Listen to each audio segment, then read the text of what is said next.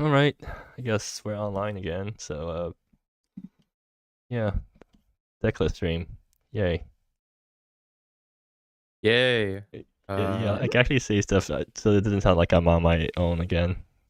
Yeah, I can confirm we're live on the tube.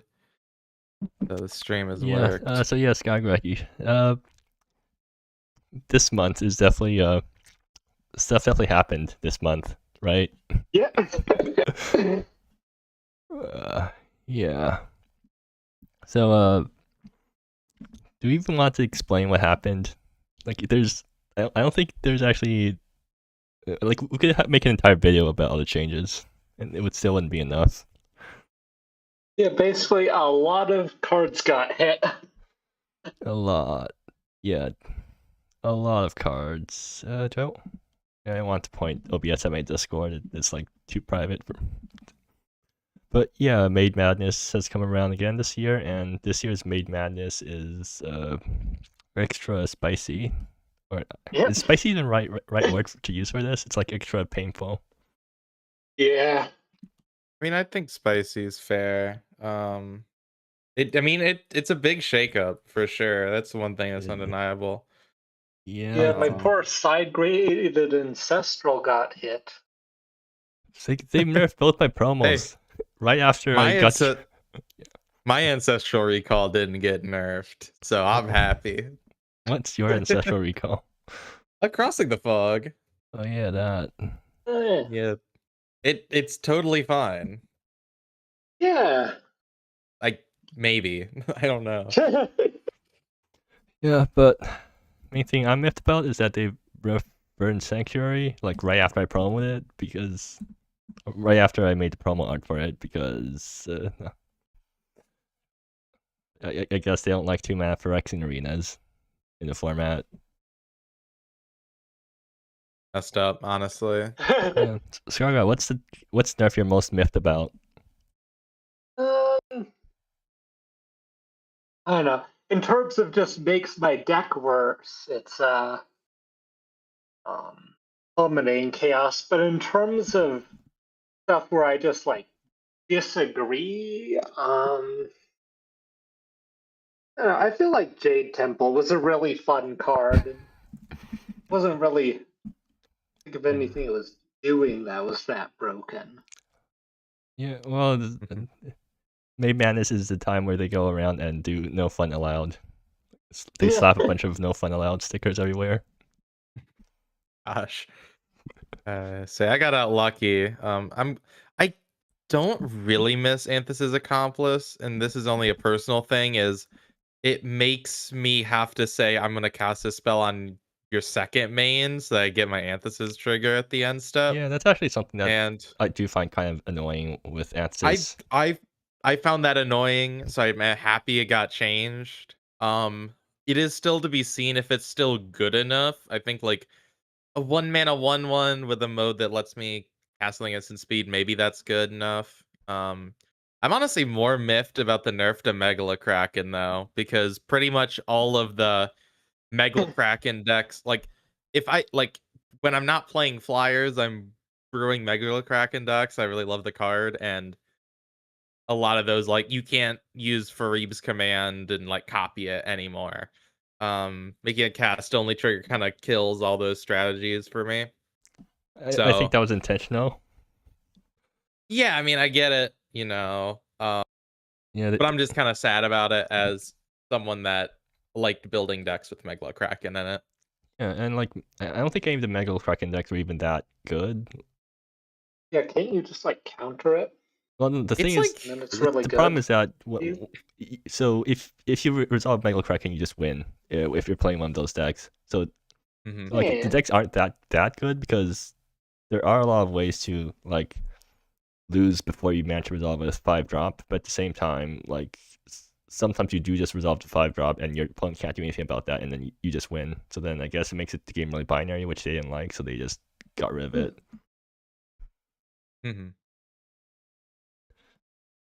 But yeah, I guess that's enough talking about nerfs, I guess. So yeah, we got to see what decks people have made now that they have now the nerfs have come through.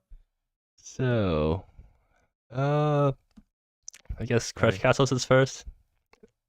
Yeah, this is just in the order that the deck lists are listed. So Crush is on Grixis Exile. So yeah, Grixis deck. That's Vicious Effigy. Interesting. yeah, Vicious Effigy. I remember thinking that card was kind of okay. Okay, Vanya, Effigy. Wait, are Adventures cast from Exile? Or are Tales cast from Exile? Tails are not. I mean, Anya just be good. Are Tales not that's a cast from good. Exile? Where are I mean, Tales cast from?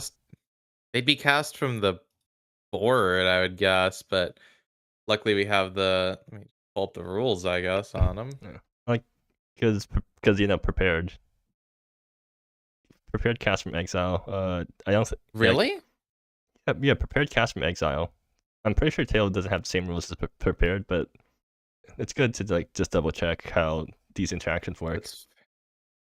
I'm trying to find it, but I don't see Tail anywhere in the. Oddly enough, I don't see Tail anywhere in the comprehensive rules on here. Well, like if you check Tail, I guess. I tried to search for Tail. Just go to bot spam, and do the keyword command. That's a smarter idea, yeah. So what? That's good.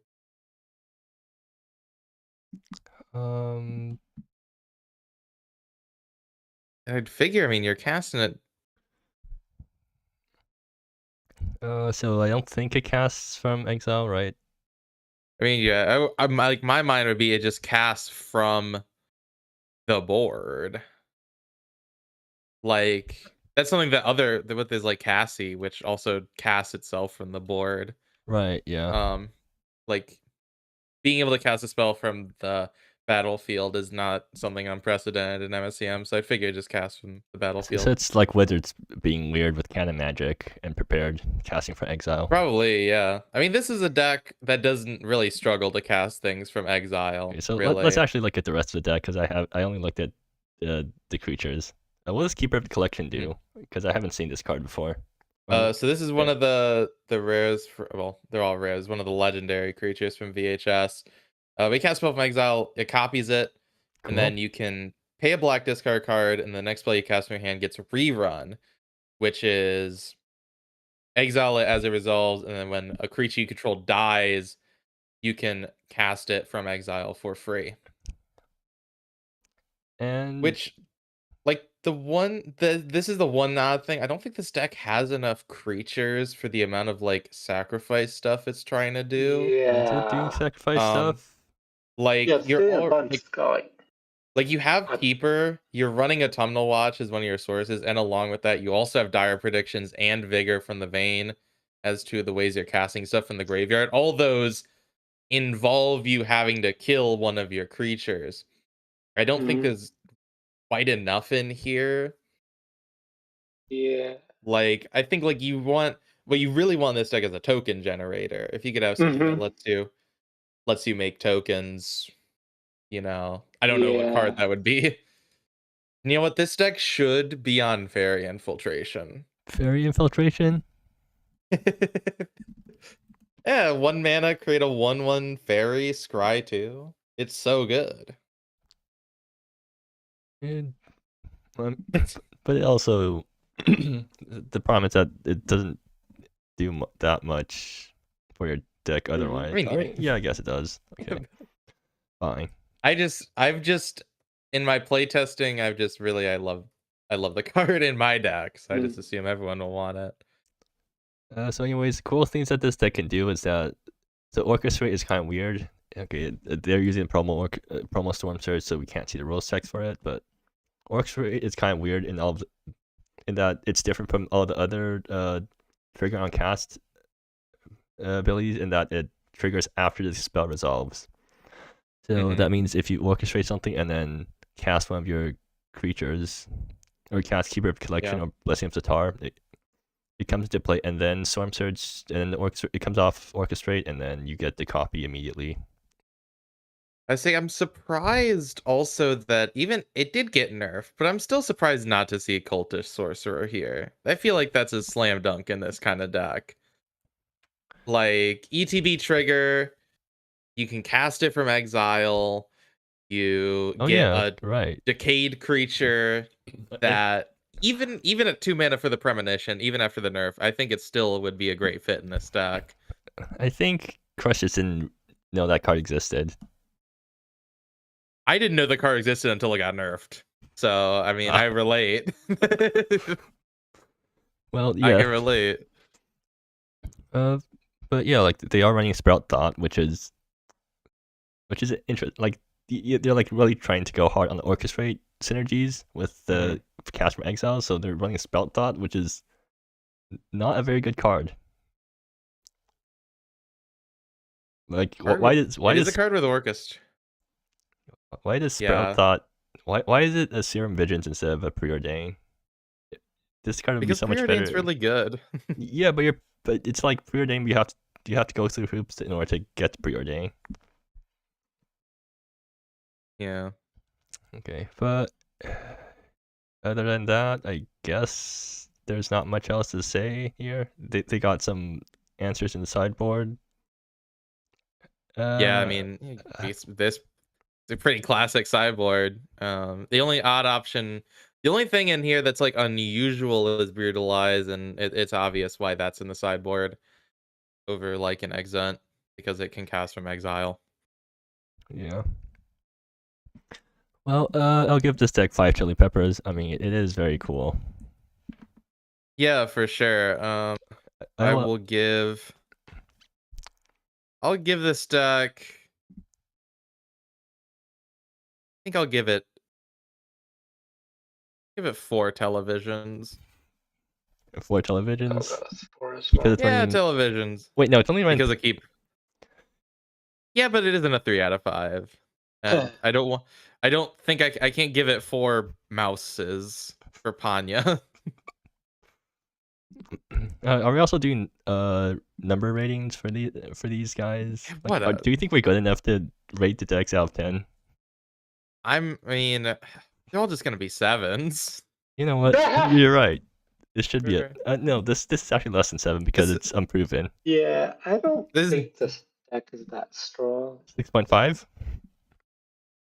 Not having that many creatures to sacrifice things seems like an issue. This feels like a 5. This is like a 5.5.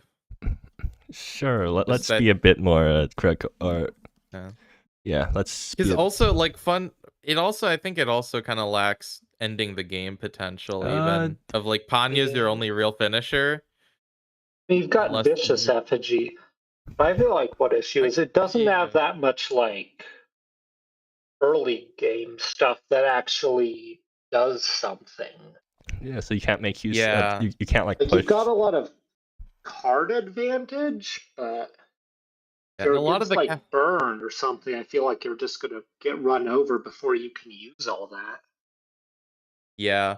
I'm surprised also not to see like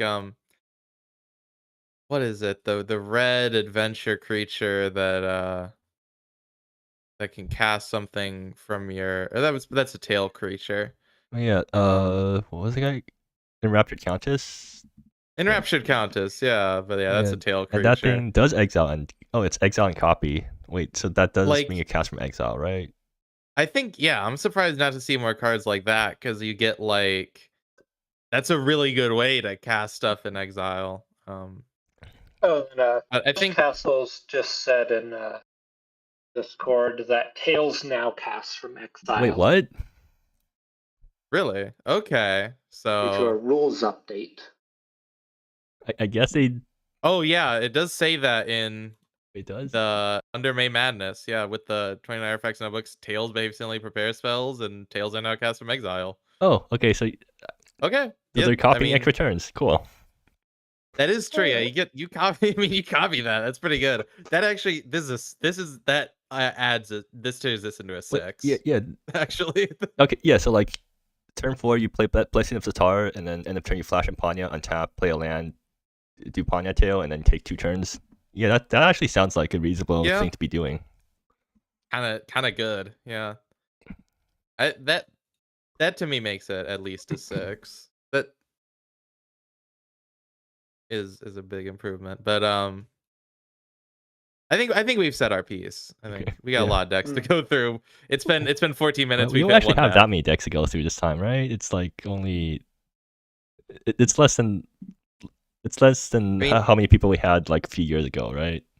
When we actually had like around 30 people every month or something. I say I must have missed someone because I count 16 total people, but I didn't. Yeah. So someone's not in here, and I don't know who it could be. Oh, there you go. PTM. All right. No, I'm not in this one either. Anyways, yeah, 16 people. We only have 16 people to get through, so we can take our time, right? You can't. I mean, you can't take 10 minutes per deck, but you know. All right, let's move on. We'll get some decks. I mean, I know at least one person's on burn, I think, and we could just be like, it's burned. No, burn actually has some changes, right? Yeah, whatever. Let's move on. All right, band crabs. Blue, black, red, green, Gerald. Oh yeah, this deck's pretty cool in that you're playing both Gerald and Kyoro, so you have a bunch of ways to flash back your spells.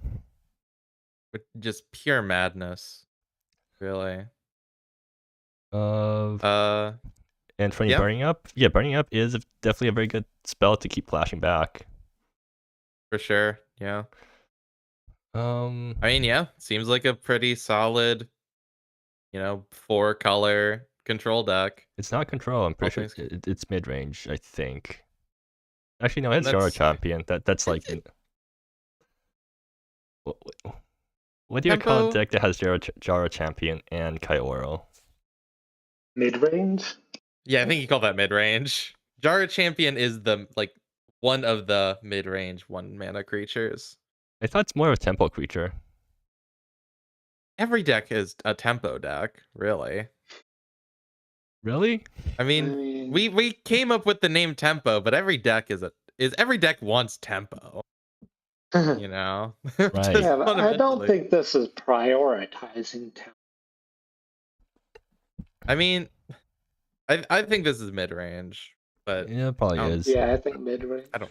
So, I assume we're not actually going to trigger Gerald all that often because I don't see that many creatures. So I assume you're just playing Gerald as a 3-mana cast a 2-mana spell from graveyard thing. Yeah, I mean, it's not bad when all of your spells are 2 mana. Yeah. So. And then maybe sometimes you'll be able to also get Kyoro down when you have Gerald in play, and then you get the flashback 2 things. Yeah. Yeah. Great value. Yeah, I mean, pretty fundamental stuff here. Seems like a pretty solid deck. So you don't see Gerald every day, but other than that, it's definitely like it essentially is like a Grixis deck with. I mean, it's like it's a lot of cards that are like staples. We're still on Valerie because Valerie is still really good. Yeah. Yeah, you can generate a bunch of tokens off of it. So you're just doing mid-range stuff. In the sideboard, they're running 4 copies of Imperial Siege. I don't think they got the update. That is mapped. I don't think they're aware of the fact that Imperial Siege now exiles itself. Oh yeah, that. I thought you were talking about something new. I mean, I guess it's still. I mean, does this deck still want Imperial Siege if you can't cheese people by flashing it back twice? I mean, Imperial Siege is still a pretty good card, regardless. Yeah, but it's still I don't think so. Can your deck take advantage of Imperial Siege as well now that it self-exiles? It's still good though. Like Imperial Siege can just win you games even when you're casting it just once. I don't hate it. Maybe not at 4, but it still has a spot in a board of a red deck that isn't like a even a burn deck. Any red deck really. Mm. Okay, yeah. I'll give it 4 chili peppers. It is a solid. It's like it's like the most white bread deck that, or white bread of mid range decks. There's no white in the deck. How can it be white bread? Okay, fine. Whole bread, whole wheat. Just I think, yeah, I mean the Gerald is like the oat and the honey oat bread for sure. Like just that little bit extra. Yeah, I'm gonna give this 2. I don't know. I don't think Gerald's a detective. He kind of looks like one, so I give this 2 detectives out of 5. He's a construct horror. Yeah, his name is Gerald Fugitive, but like I don't know, the hat. I just think he looks like a detective. Yeah, you can put hats on people and they become detectives. I mean, that's how. Look at canon magic. Yeah. You put hats on people, they become cowboys. You put hats on people, they become detectives. Yeah, but cowboy isn't his creature type. I don't think there's a horror emoji though. I mean, there's a scream face emoji, right? That would, yeah, sure. I give this 2 screams out of 5. Yeah. Okay. Alright. Anyways, yeah, let's. Well, actually, before we move on, I want to.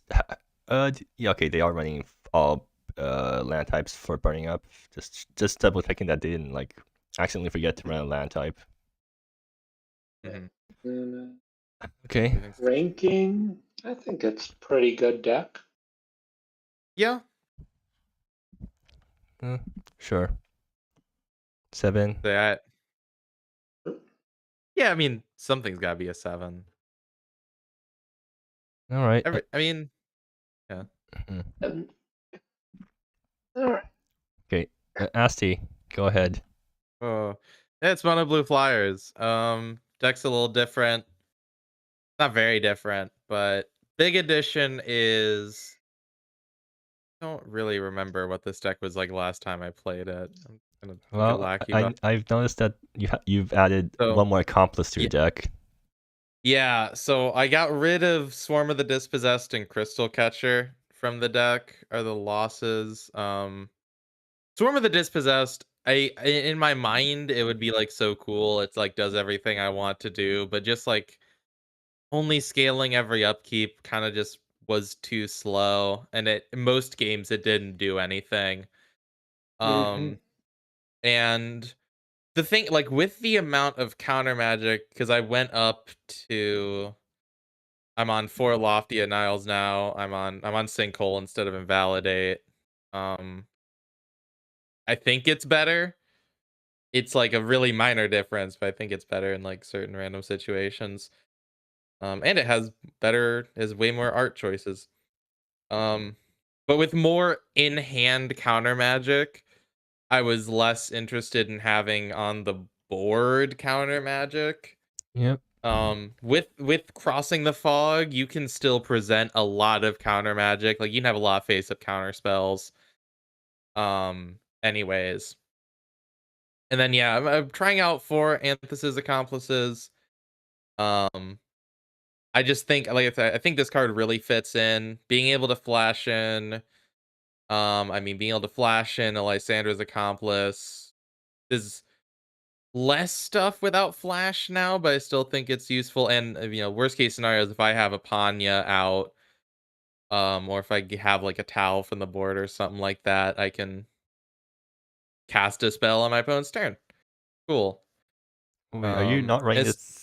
Are you not running a 2-drop that gives your flyers flash? I forgot what that card was called. Cloud Streaker, yeah, Cloud Streaker.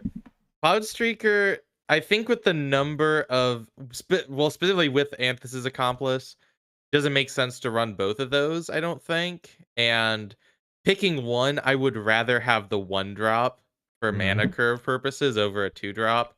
Yeah.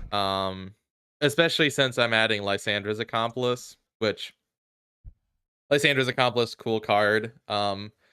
If it attacks with no buff, it gets me Crossing the Fog or Cosmic Sinkhole. If it attacks with a buff, it gets me Lofty Denial, or late in the game, I have a 1-of Snag Apparition. What's that do again? I reveal a creature with card with flying from outside the game, put in my hand. I didn't know that card existed. That's a very interesting card. It was in Innistrad Memoriam, and it got in through Mystery.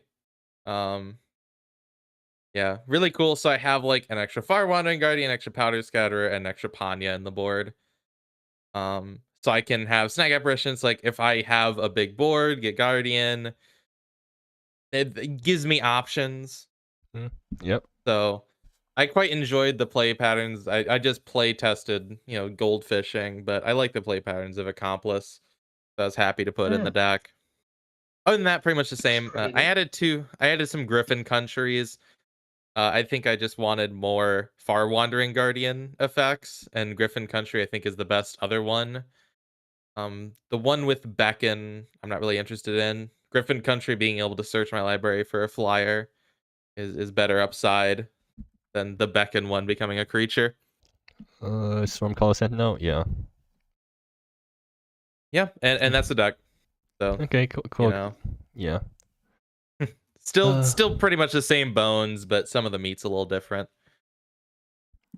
I'll give it. I mean, you haven't played it in a while. I'll give you 5 chili peppers because you did update the deck, and Snag Apparition is very spicy. I honestly, yeah, I remember I looked at it before. Yeah, when Innistrad got in, I looked at it and it was like, without a way to consistently get it, I didn't want to spend a card slot on it.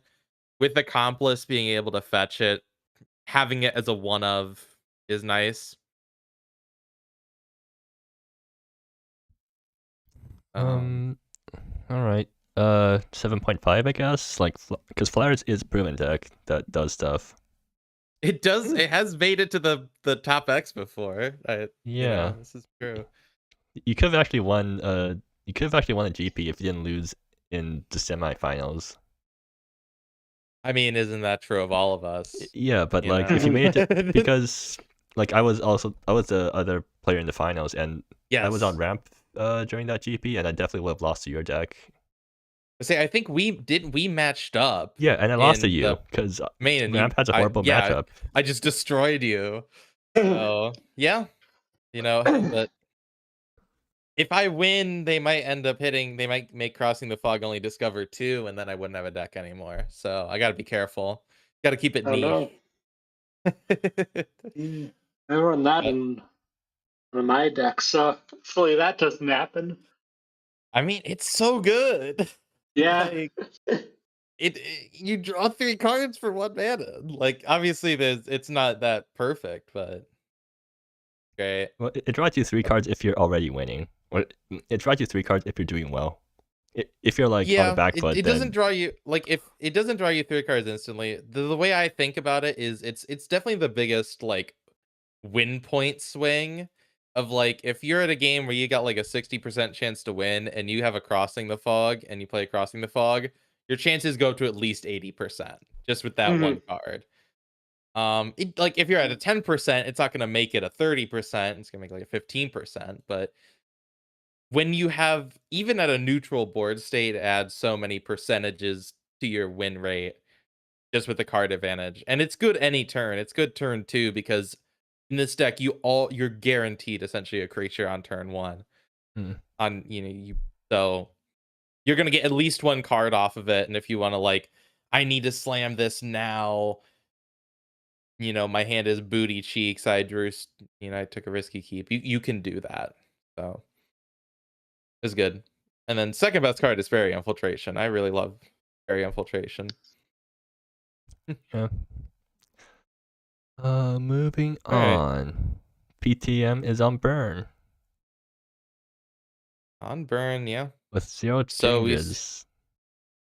It looks like the main changes, we got Collaborative Strike that came in with Mystery, and then they're already on Herald that. of the Humbles. Really? Okay.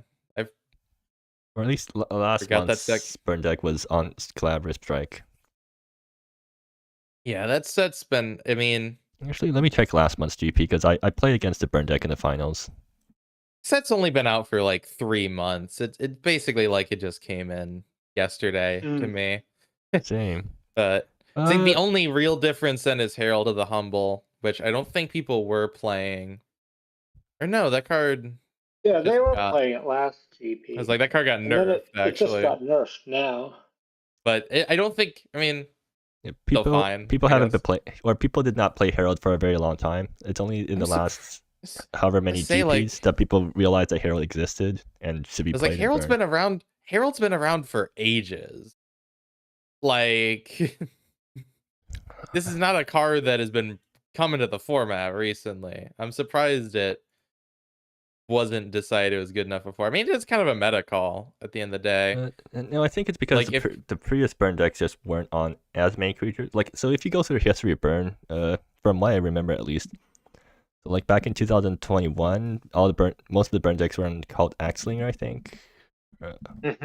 So called Axlinger pre-nerf, pre-nerf it used to check both players' life. So you can just if you can just burn if you can just hurt yourself for 3 life off your lands, then this thing becomes a hasty 3/3 on turn 1, which is nutso.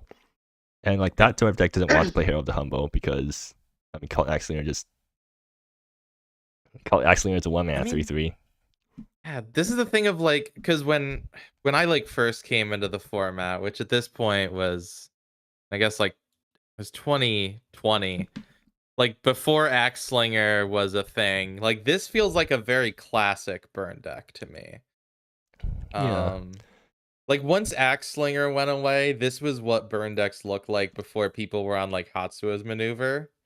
Well, this is that kind of era. We can actually check, right? Anyways, so just to go back to my history, so don't check, because if I'm wrong, then I look like a liar. I look like a fraud. And also, so then I think in 2024, I forgot which year Beyond the Blackwall came out, but after Beyond the Blackwall came out, everyone was obsessed with Neon Claw Knight in Burn, so then everyone just played Neon Claw Knight Burn decks instead of which also, so instead of playing like Hero of the Humble in Burn. Yeah, I think it's actually PTM who like noted, PTM was the one who built the deck that used Hero of the Humble, and they noted that this build is probably better than the Neon Claw Knight Burn, because Neon Claw Knight Burn, it can win. It gains a lot of percentage points, but then it loses even harder to the things that Burn normally loses to. I mean, that's fair. I just think it's crazy because this has been around since like 2019. Actually, wait, we have Lackey Bot. We can see how if any decks played it, right? That's true. Yeah. Okay. Wait, what? There's like nothing here. Am I doing something incorrect? It's not. Oh, okay, there is nothing. Because it got nerfed. Wait, but it should still show stuff, right? Even nerfed cards should still show decklist appearances. I don't think that's how it works. Cajun? It only shows the version since it got nerfed. Yeah, I feel like Verdant Sanctuary doesn't show anything. Wait, does it not? No, but I think something's broken here because it's not supposed to do that. What's another card that got nerfed? At least I should say it didn't do that before.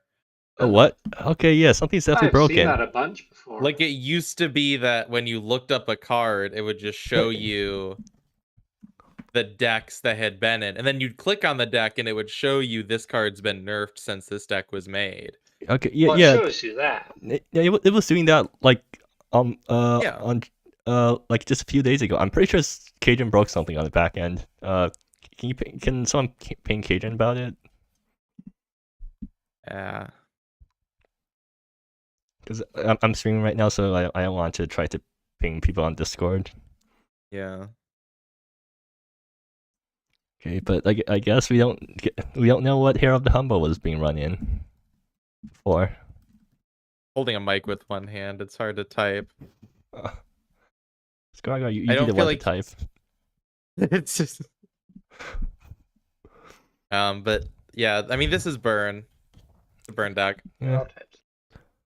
So also something else. Was it Marquis or so whatever? Yeah, the Marquis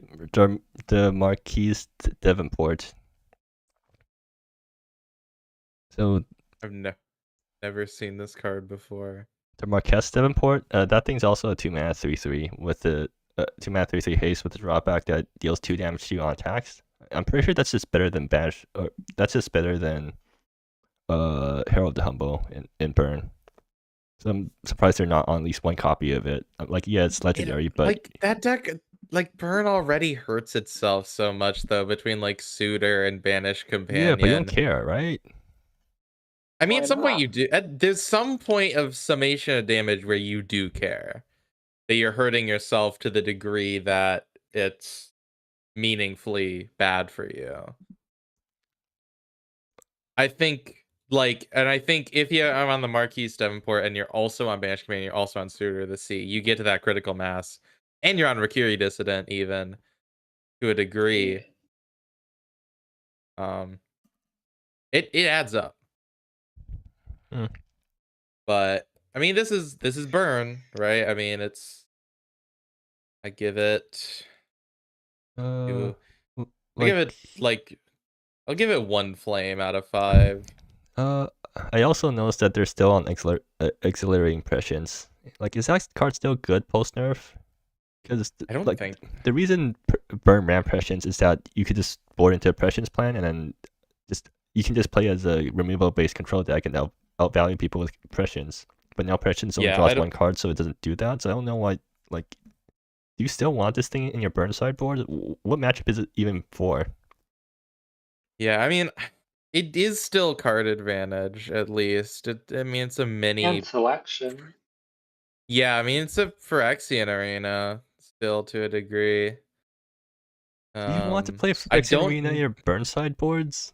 I don't think with the summation, I don't think it's good enough without being able to play all the cards you hit. But I haven't seen it in action, but I wouldn't think it'd be good enough, but I don't know what options Burn really has in the sideboard beyond that. Like being able to, I don't think there's obviously, not many cards they can do with Exhilarating Prescience did.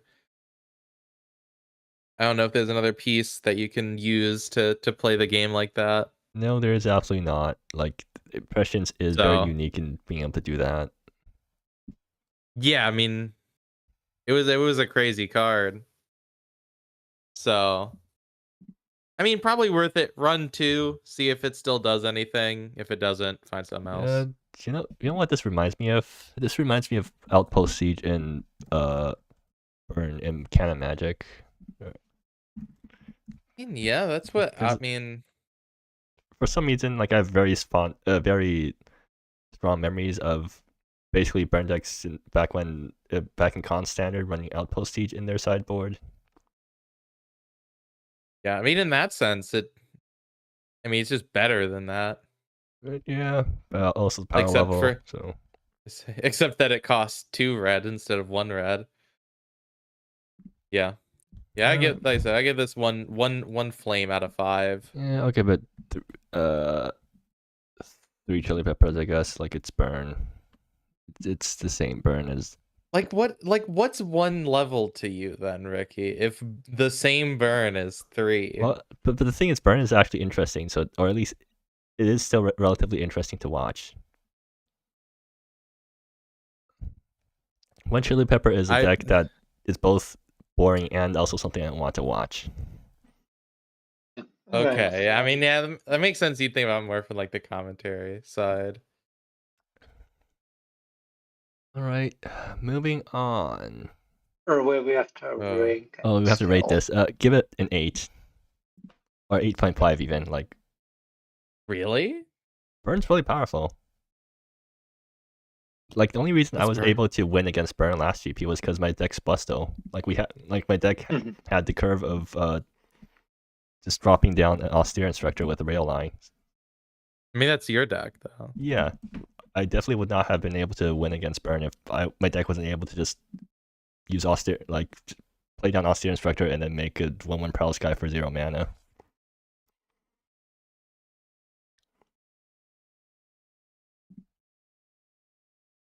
Fair. Okay, moving on. What's Cyber on? Ataraxia. Oh god, Ataraxia. Yeah.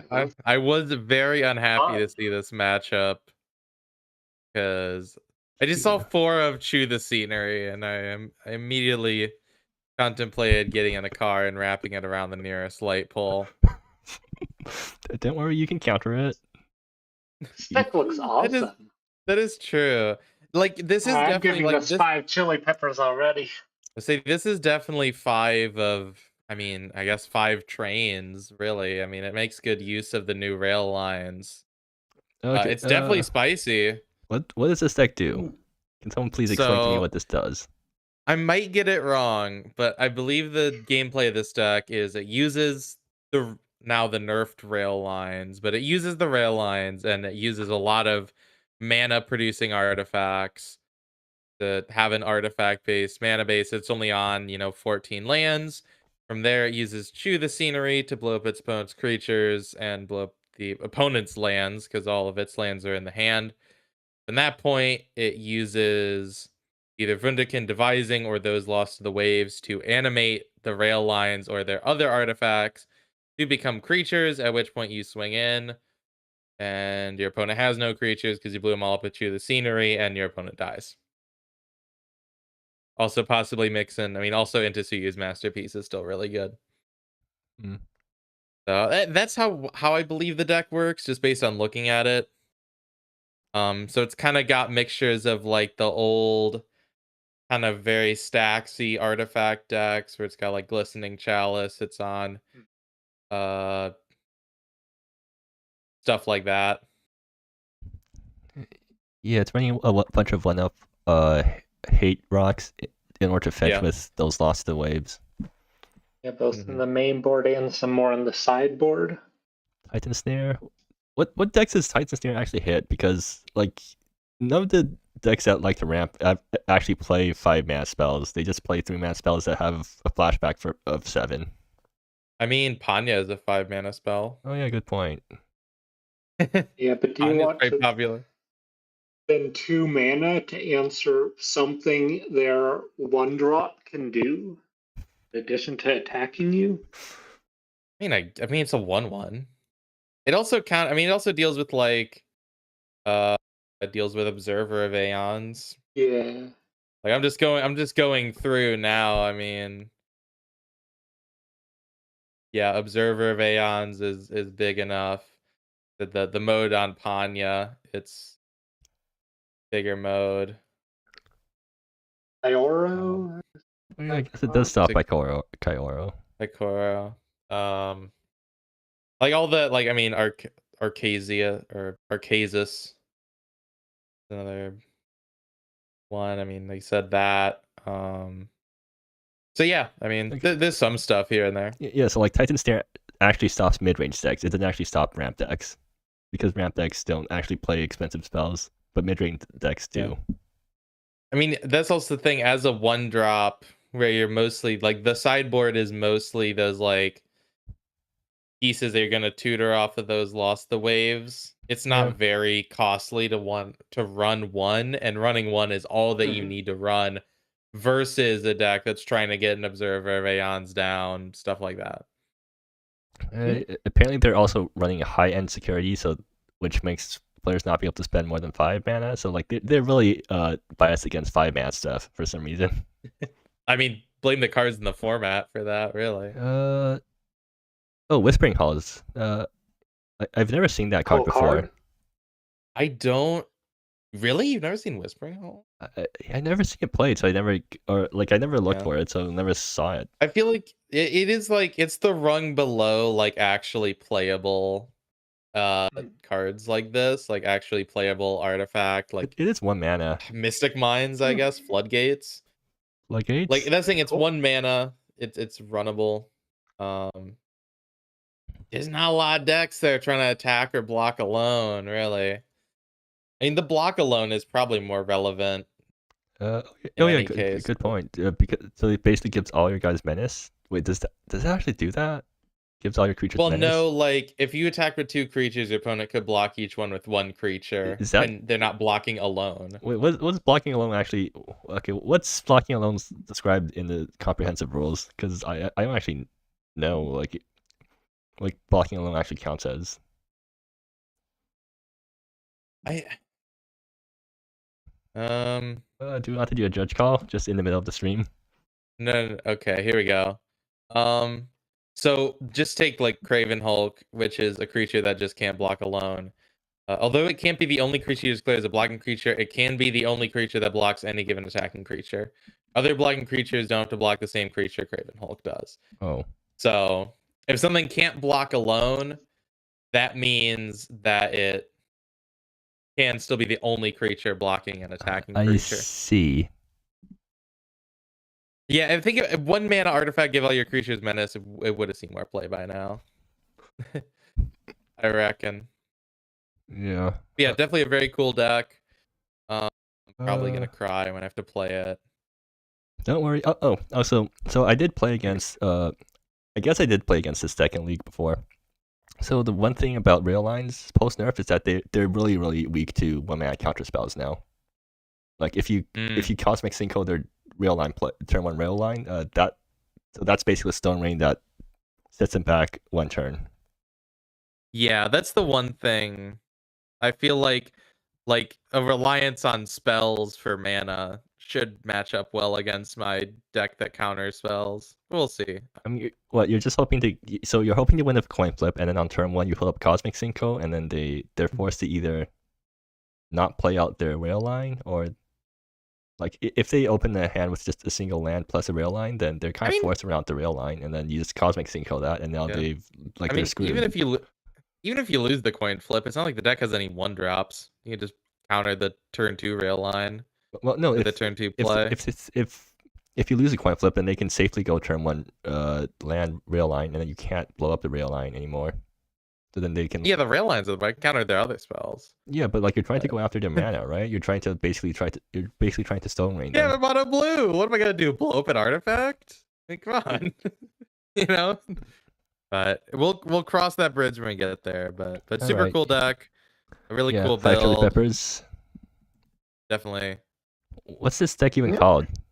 Like Fork Jeskai Wildfires? That's a good question. I don't know what you'd call this. I think it's a Wildfires deck, right? I don't know. When I think of Wildfires, my only thought in my head is Fires of Yavimaya, which is obviously not this deck. It's kind of like mana denial, I guess. Yeah, it's a wildfire deck, right? Because it's running Chew the Scenery, and that's a wildfire effect. Yeah, I guess, yeah. We'll call this Jeskai Wildfire. That's only one of the cards. But that's what the deck's built around. Whatever. Right? I mean, it's like Artifact, and then it's like an Urza Saga deck that also tries to do wildfire stuff. Right? Like Ubista Forge is just Urza Saga. What if we just call it Jeskai Artifacts? But that could be like a million different decks. This one has Chew the Scenery. Jeskai Scenery. Jeskai Artifact Wildfires. That's the most descriptive. That works. That works.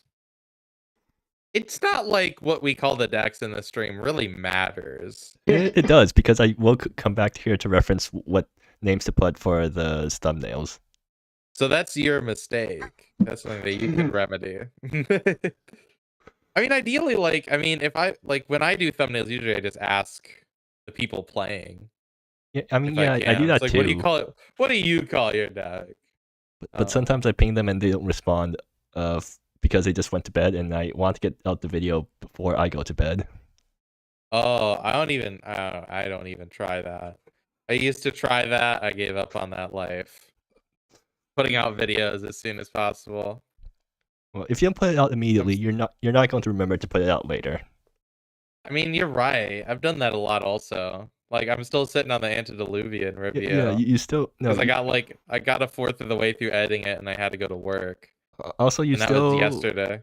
You still owe us the finals game of that GP where Splash Cat was on like Mardu Blink versus PTM on Burn. Ooh, That's I like, didn't even know I where think that's that a year ago file at this is. point. You know, Like and I that's did on like I me. did such insightful commentary for that game, and then you just never posted it. You know, I don't have any files from before 2026 in my commentary folder, so it's not there. I don't know. I'm sorry. Shoot, you know. All It was right. probably a great match though. Yeah. But that's the Actually, no. reason I Maybe don't. it's better that you don't publish it, because like half the video was me yelling at PTM for not holding burn spells in hand. It's possible there's a reason why. Again, a year ago, it's gone from my mind. But that's a big reason I don't do commentary anymore. I'm too perfectionist to let my stuff go through auto editor, and I'm too busy to edit it manually. So yeah, that's why we have to commentate together, and I'll be the one to record. Like I need to remember. Yeah, I have to always be the one to record so that it actually comes out. But anyways, yeah, let's actually move on. Right, Skyga, you've been like, are you bored right now because we've been wasting so much time? Okay, cool. Let's move on. Anyways, wait, did we rate Cyber's deck? Yes, it's a 7. Feels like a 7. Definitely can do powerful things, but not proven yet. Sure. Yeah. I have no idea. Yeah, it's like it's very hard to give an idea here. Yeah, 7. Good old 7. Like, 7. I play against this deck in League, and I turn one. I Cosmic Sync their turn 1 rail line, and they got screwed. That's my that's my impression of the deck. Yeah. Anyways, Ebster, the new player, who's super active right now. We love new players here, right? Yeah. Yeah. We need. I was a new player once. Same. Same. Okay, Hard to believe. Yeah. Hard to believe that everyone was a new player once. Yeah. I mean, I was done being a new player before. Was it both of you? I feel like Skyler, you've been around for you've been around for ages. I joined somewhere near. No, you joined about you. I joined halfway through 2021. Yeah, so you both joined around the same time. I joined a little bit earlier. It's funny. So yeah, Evster. Yeah. Evster is on Midnight's Call, which is a deck they built themselves, and it's a very interesting deck.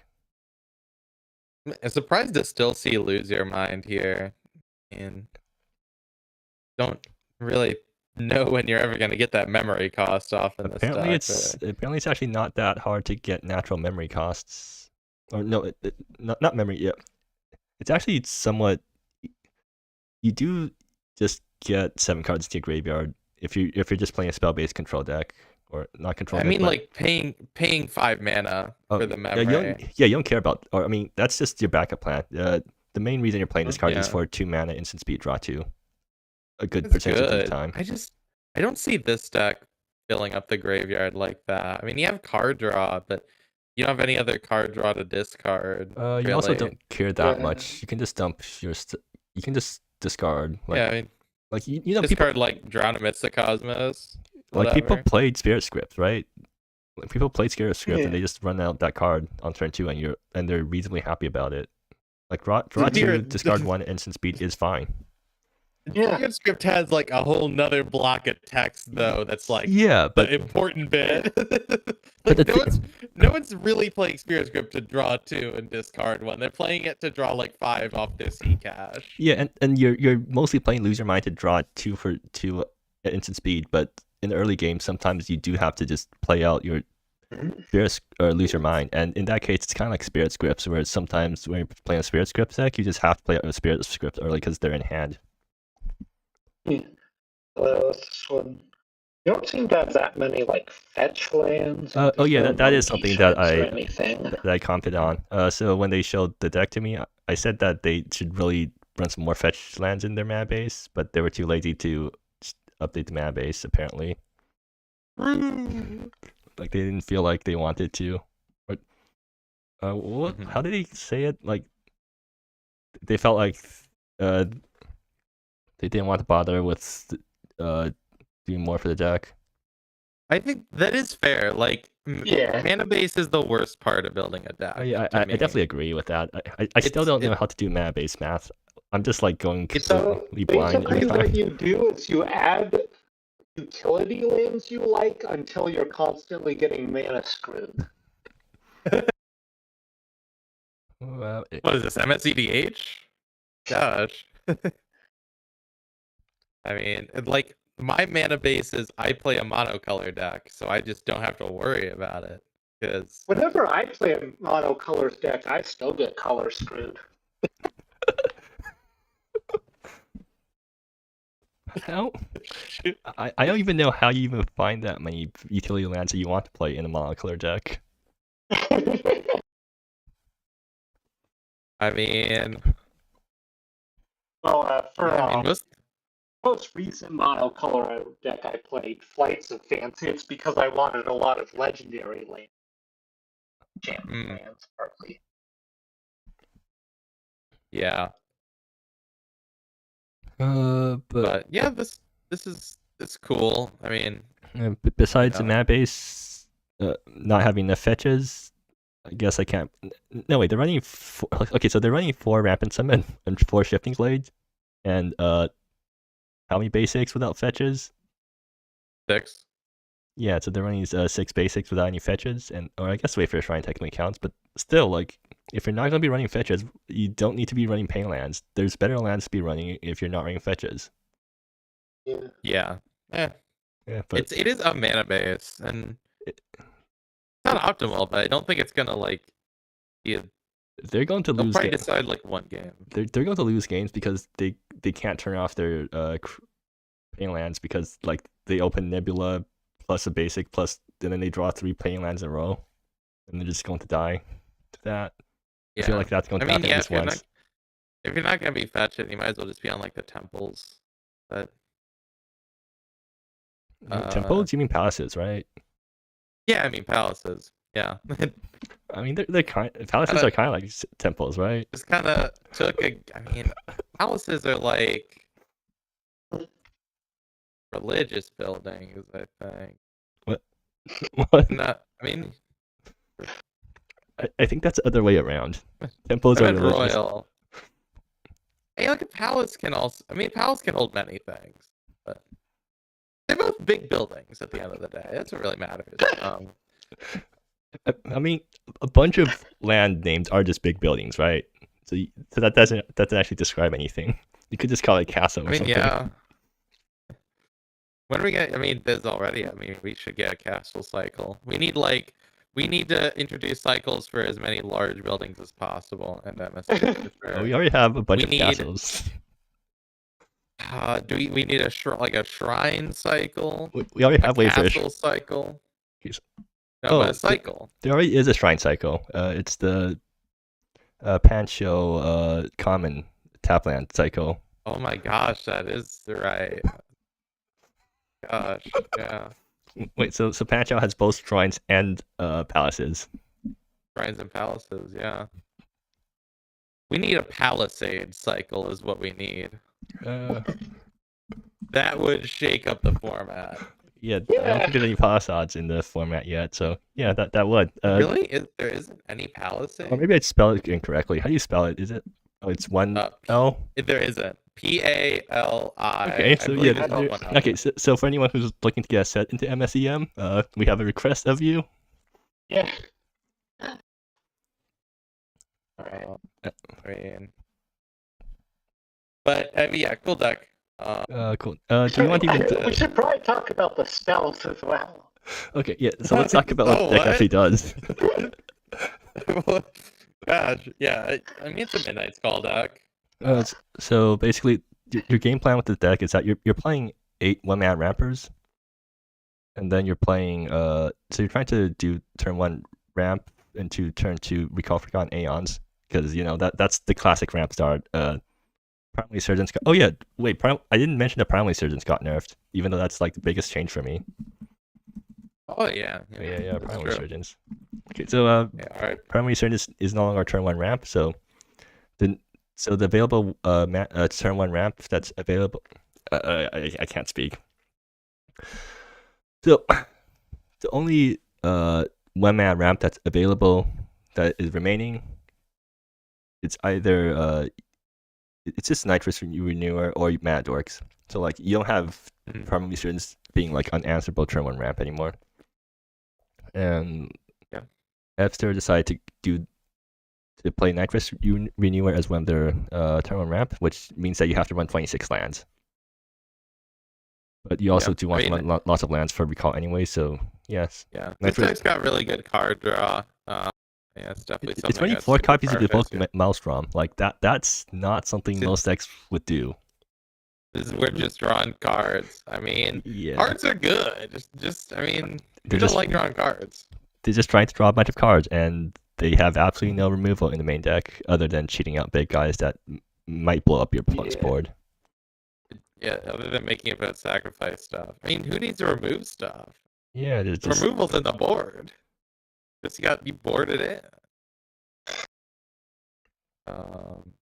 And something, Answer Midnight's Call is also kind of cool in that you can use it to put down a Drown amidst the Cosmos, which then frees its opponent's board. See, I don't know if I'm really on board with the Drown amidst the Cosmos as one of your cards, one of your OLS pieces. I mean, like I think I'd rather be on like Solar. Solar Hatching. That's in the sideboard, right? Oh, that's not in the sideboard. No, Solar Hatching isn't. Well, there should be Solar Hatching somewhere around this deck. Yeah. You don't want to blow up your own lands. Yeah, but it's also just 4 damage. Not if you cheat it out. Yeah. You have to cast it in order to. Yeah, but you don't have to cheat it out. You can just cast it. Yeah, but then why are you running it instead of Chaldrain's Rage? Right? This thing does run Chaldrain's Rage in the board, yeah. Chaldrain's Rage isn't a 7/5. Well, but the 7/5 blows up your own lands. Then you have a 7/5. But you blew up your own lands after you spent like the first 5 turns ramping. I mean, that's what the Mana Dorks for. You just did 4 damage to but then you have the Mana Dorks, right? That's why you have the Nitrous Renewer in the board. You have the Nitrous Renewer in the graveyard. It just got blown up. You could with your 2 mana, excuse me. Yeah, I mean, you get 4 mana eventually. You keep drawing lands. Draw a couple lands after. Wait. So is that why they're not fetch lands, so that they don't run out of fetchable lands because they're trying to blow up their own lands? Wait, they're on Solar Hatching, so this doesn't apply. We actually no, they don't run fetch lands, so Nitrous Renewer actually sucks in this deck. Or I mean, not sucks, but like the graveyard ability is not going to be active very often. Or I guess they run 4 copies of Wayfarer, so like I guess you can use Nitrous to lose your mind to this. That's what the lose your mind is for. Right. Yeah. Yeah. Good point. There's a beautiful thing about Magic. Just there's so many, wrinkles in every deck. Yeah, cool deck. I like how there's either 1 or 4 of each of the spells. Makes me really happy. It's very symmetrical. I like that. I mean, if you're not willing to run a card at 4, why run it at all, right? Mm-hmm. So, I give this 4. I'll give this 4 midnights out of 5. You're not giving it 5? Like, this is the most. Or I also have a soft spot for this deck because Epster, like, I kind of helped them build the deck by telling them how mana ramp or what mana ramp options are available at 1 mana in the format. Yeah. I mean, it's not really. We've seen Midnight's Call decks before. They're trying to get out Tyrant Attributes. Well, no. The game plan is familiar this to me. This is very different from previous Eureka Tell decks because, for one, this deck does not run Eureka or whatever that card's called, Forest Fellowship. Like the previous Eureka Tell decks always ran both Forest Fellowship and Answer Midnight's Call because you're trying to consistently hit your cheat spells. This deck only runs Answer Midnight's Call, and they're making up for it by just running a ton of card draw. And also, this deck can go turn 1 Ramper into turn 3 Recall Forgotten Aeons. I'm pretty sure previous Recall decks are decks that want to ramp on turn 2. But previous ramp decks have done that. Yeah, but previous ramp decks don't... 4 out of 5. It's not like I'm shitting on the deck or anything. I think it's a cool deck. I don't think it's a 5. I just have high standards. You don't have high standards. You would understand. Pick a piece of pizza off the ground. Call that good. I reserve high ratings for special decks. All it is. I see, you're quite the critic here. Every time we do a Decklist stream, I've consistently been the person with the least spiciness. And then, just a note, so Epster says, Drown may not be the best option, but it is the most fun. Plus it dodges Celestial Banishment, which may or may not be useful. I don't know how much banishment we have in this GP, but that is fair. Yeah. Because it doesn't have an ETB like Solar Hash. And also Drown, playing the front side of Drown can help you get your combo through a counter spell because it taps your opponent's lands.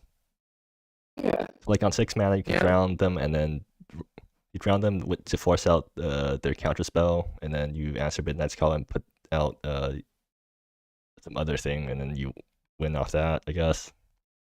There's worse cards, for sure. It's not really bad. Yeah. Alright, do we want 7? To move 7? Yeah, 7 seems fine. Alright, let's get rolling. Kayu's on burn. I'm just the same burn back about it. Ooh, Valley Pack with the sideboard. Yeah, the board, it looks like instead of it looks like it's on Valerie over Prescience, which I think makes sense. I think Valerie is a better 3-drop to play. You can't do the Prescience thing anymore, so you have to find a card that does something different. But other than that, I mean, yeah, same deck. Okay, so like with Valerie, what you're planning on dropping at turn 3, +1, use a burn spell, get a 1/1, and then hope it carries the game from there? Yeah, and then from there you get a lot of card advantage from the stuff in your grave. Not a lot, you only get 1 card back, and then Valley probably dies after that. Yeah, but I mean, that's still, you're getting 2 soldiers, and you're getting, you're going plus a mana, and you're getting a card from your graveyard. Your mana's not bad. Wait, where's Artifact Destruction? I mean, Hexstone. What artifacts do you want to blow up? Rail lines, I guess? Wait, you're on burn, you don't care about rail lines. Yeah, I don't, blowing up artifacts is something that Red can do, but I don't really think, because even, if you look at Cyber's deck, none of those really answer a burn deck super hard. So, I just don't think there's really that many, I don't think people are really running any artifacts that scare you. Yeah. Yeah, I mean, you run Metal Munch for the 1 damage to each of up to 2 things modes more often anyways, I feel like. Yeah. Well, no, when I was playing Neon Clobburn, I was on Flaming Point Technique, because if you stick Flaming Point Technique on your, was it Firehearth Halls, then you can hit them for 6 extra. Because, yeah, so you Flame Point Technique, and instant speed give something +3/+0, so if you animate Firehearth Halls and swing with it, and then Flame Point Technique that thing, you push 6 extra damage.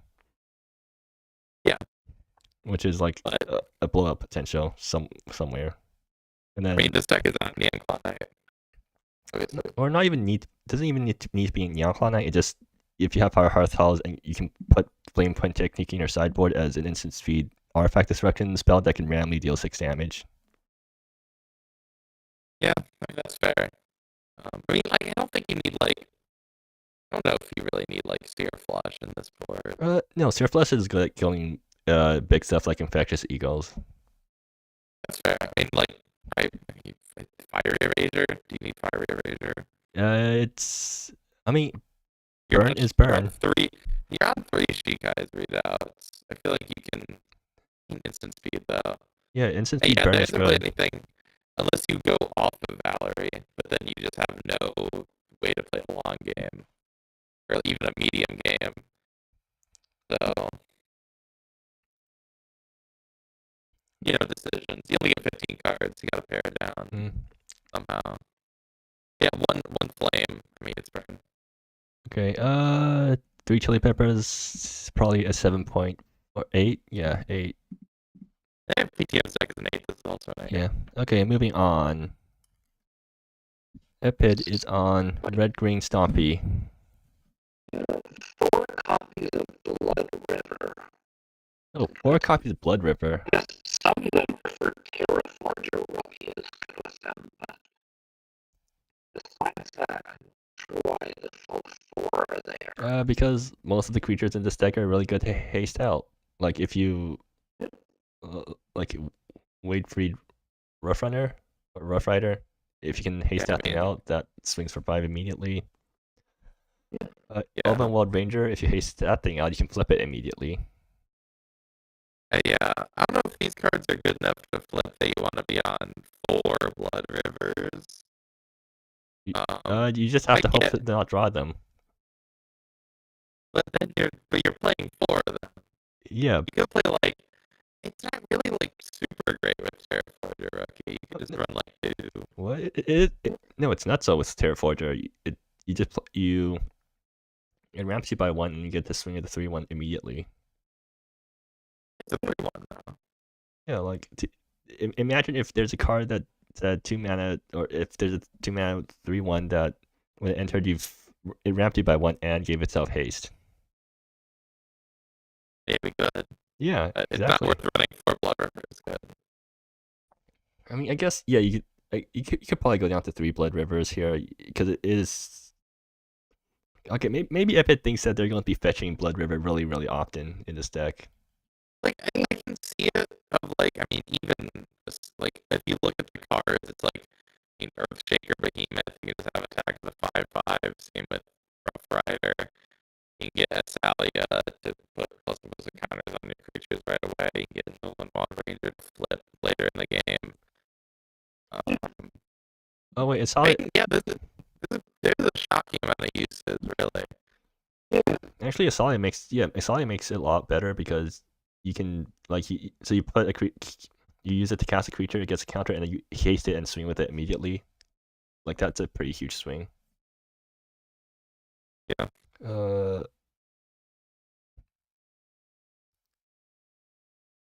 I mean, it's good that puts creatures on the board.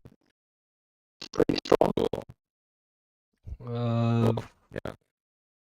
Ferocious Flame is also really good because they definitely have ways of enabling Ferocious Flame, and if that's enabled, that's 1 damage or 1 mana for 4 damage. Like that certainly gets people.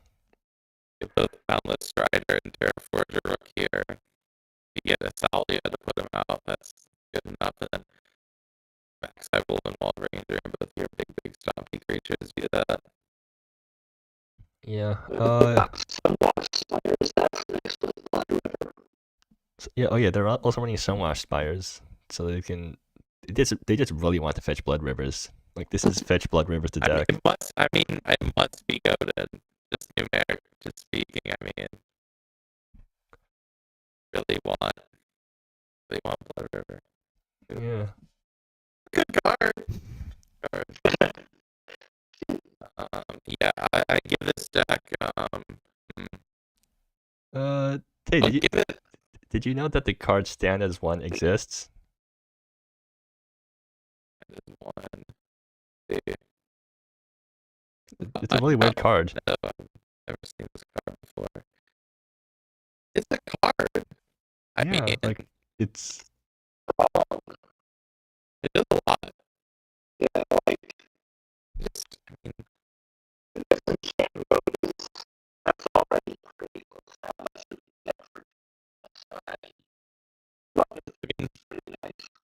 Yeah, I mean, it's a lot of 2 mana effects that are staple to a 2 mana card at instant speed. Like, pretty solid. Yeah, and then like if you can get 4 creatures, it's completely nutso, right? You blow something up. Then you're winning the game already. Well, yeah, it turns a game that you're winning into a game that you're definitely winning. It turns a game that you're probably winning into a game that you're definitely winning. I think it's better to just think about it as like the charm. It's like ignoring the choose 4 more creatures and saying, I'm going to pay 2 mana, and I can either exile your graveyard and do incidental damage, I can disenchant, I can I get a bunch of 2 mana effects for 2 mana on a charm, which is still above, right? Yeah, like this thing's comparable to Enopraxis Endeavor, right? Like in that you can either do 1 for 1 or Grave Exile on a charm. Yeah, I mean, it's probably like 1 rung below Enopraxis Endeavor on the ladder of charms. Really, I feel like it's actually above it. It's just not run as much because of the color combination. I think it's more. I think it's a little bit. The modes are just slightly less useful, like individually. Like it isn't just a removal spell. You have to have something bigger than your opponent's creature to remove something. I mean, the graveyard exile mode is better, but because it does damage, but you're not exiling the graveyard for the damage. And then I think the incidental life gain on Praxis and the ability to choose additional targets pushes it over. Yeah, I guess so. I could see an argument for that. They're comparable, though. I mean, they're meaningfully comparable. The thing is just that red-green is outside of this, like... I think that, like, Gamer, like, tempo decks, maybe, like, you need the creature deck to use the card, because otherwise, not being able to make use of the last mode is not worth playing. Yeah. But I think that's the real limitation. It's like, yeah, it's a good card, but you need to be in a red-green deck with sizable enough creatures that you can use that mode, because, like, your tempo doesn't really care about it.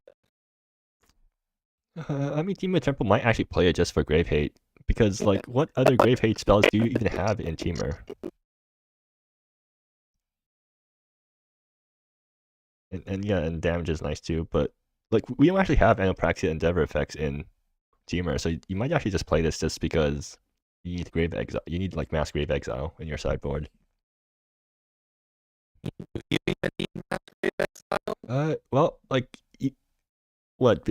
If you're in green red and you want Grave Exile, it's either that or you play Sackbow and then you have to commit really heavy to green.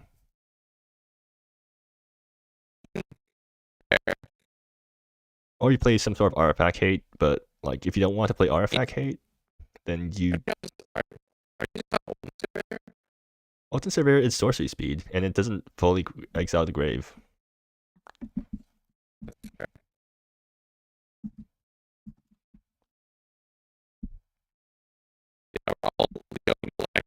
Looking at instant speed for exile. Red-green.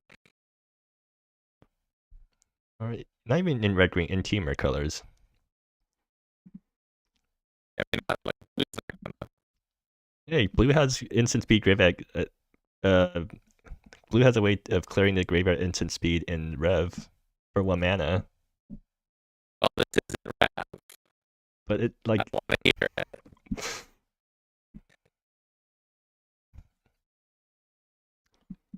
Yeah, I mean, that's fair.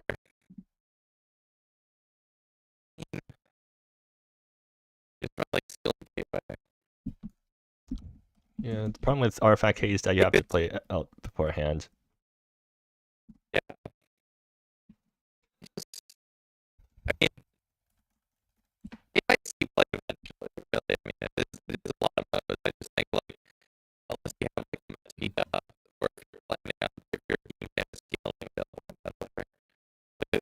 right now, look at worth it just for the great exile with damage. But since the damage is not reliable at all, if your opponent's a spellslinger deck, you might only get 1 or you might only get 2 or 3 damage. It's not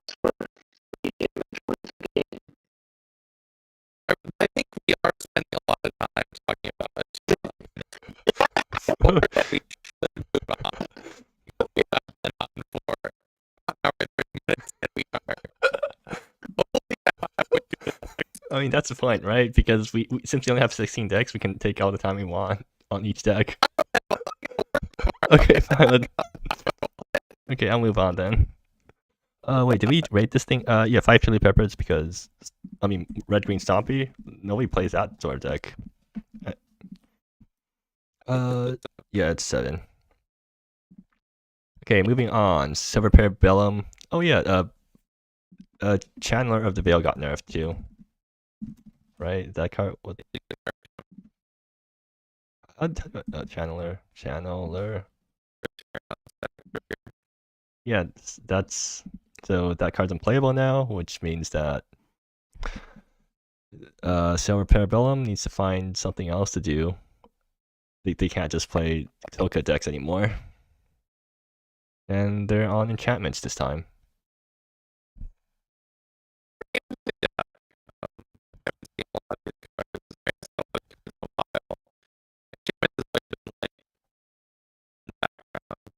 Hey, I actually played I played Oxbox back then, and I also played Mardu Condor Clearings decks. Yeah, and then I played Mardu Mardu Clearings until Chaos Mardu got nerfed. And then Chronicles of the Kitsune got nerfed to 2 mana, not due to this deck, but to some other deck that was bouncing it. So now it's like, and since Chronicles of the Kitsune was like very vital in making the Mardu clearance deck work really well, and it's kind of like basically the tokens plan no longer works as well because Chronicles of the Kitsune got nerfed.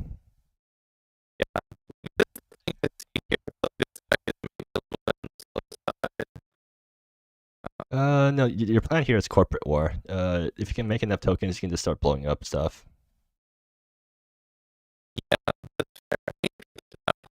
Yeah, which is not great, but like.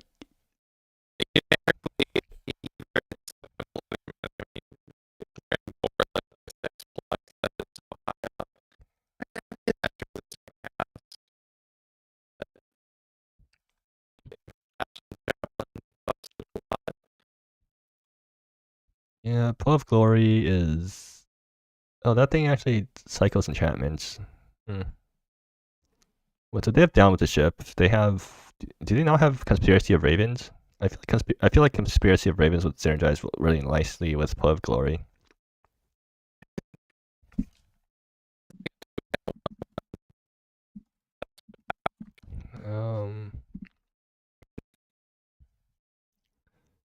Yeah, it becomes happy. Yeah, I guess.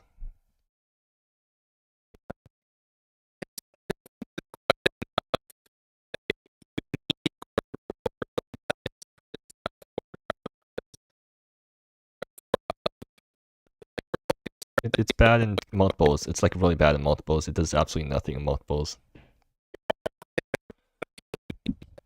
No, you don't. You also have. If you look at the creatures, they also have like these big guys that get reduced by the number of enchantments you control. That's your other win con.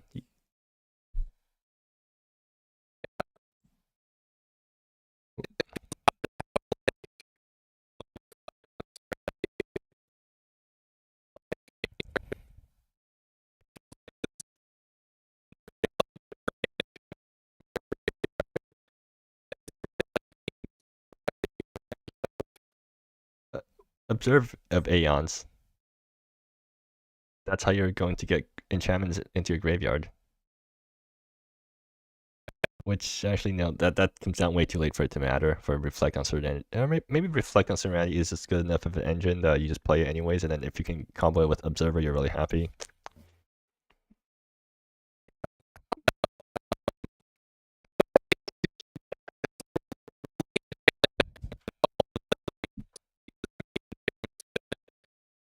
Yeah.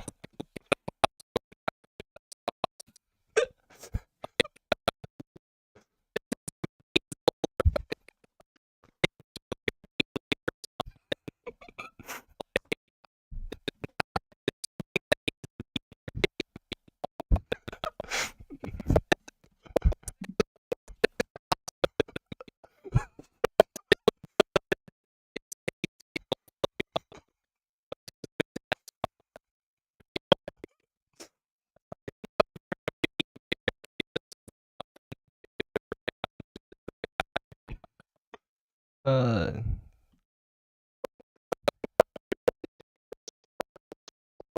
Oracle's. Oh yeah, I guess that would, because it's something you can keep returning.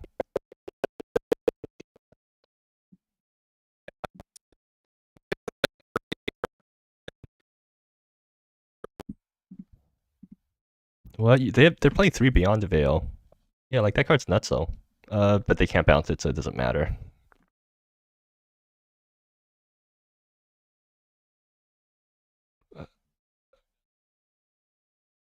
I don't think you can play unfair Beyond the Veil after it got nerfed. I guess returning to hand is still kind of unfair. Yeah, that's my thing. I only play decks that have something unfair about them.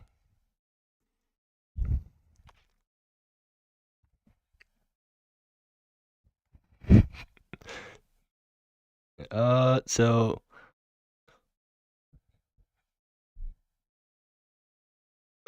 oh, huh. Let me see.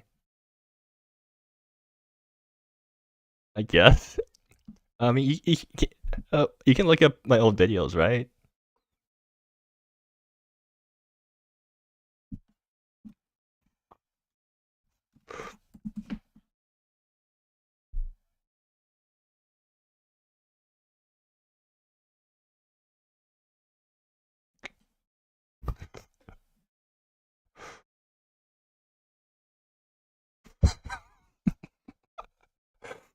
What type is that?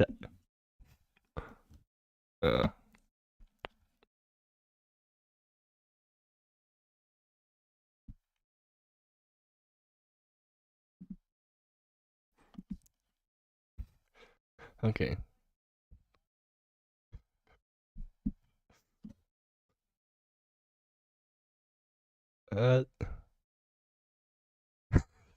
Okay, I would like you to look at the sideboard and see that they're running 3 Immaculate Mandates.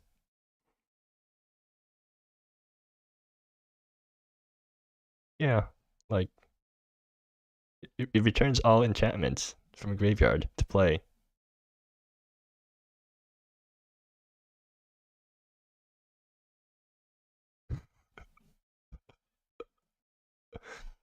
Do you have any way to self-mill in this deck? Apparently not. Wait, yeah, I guess you're just really hoping for Corporate War to blow up your own enchantments, or Observe Aeons to blow up your own enchantments.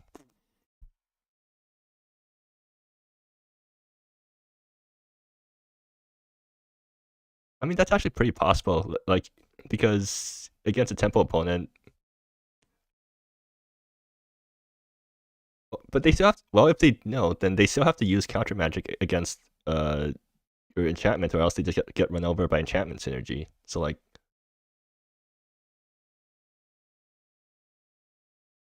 what? Okay, okay, so yeah, because that's a 1-drop. Okay, but like you have to counter you have to counter Convoy clearings. You have to counter the Planeswalker. You have to counter the big creatures.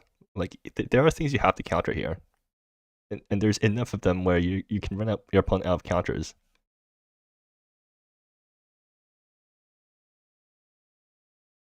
Or you know the. Okay, how about if your opponent's on Pith Welts then? Let's say your opponent Pith Welted your entire, or let's say your opponent rotted your entire board. Then you Immaculate Mandate them.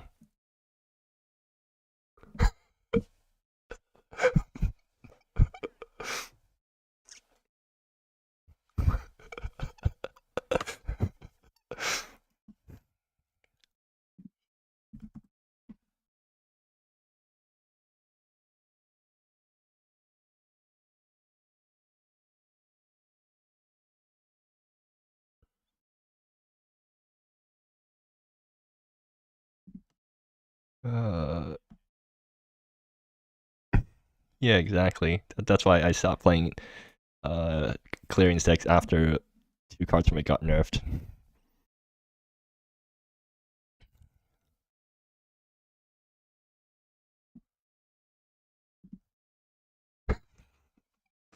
I'll give it 4 chili peppers because it feels undercooked, but like a pasta without meatballs, right? That's what you've said.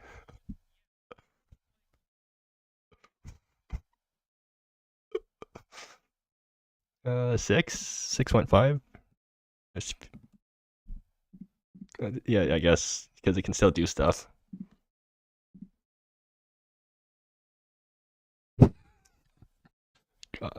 God, it's going to be.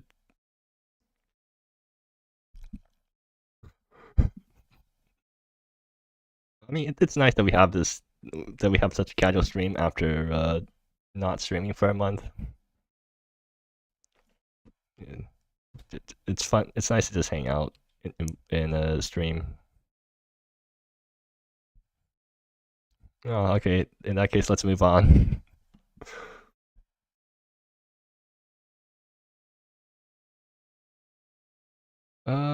Exquisite Heist. I've never seen that card before.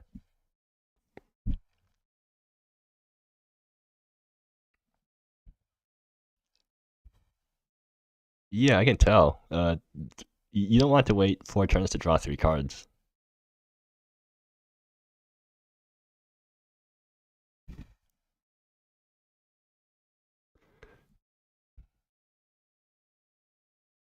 It's that card. Okay, so you're running 3 Binding Stones. Is Binding Stones actually the best thing in this slot?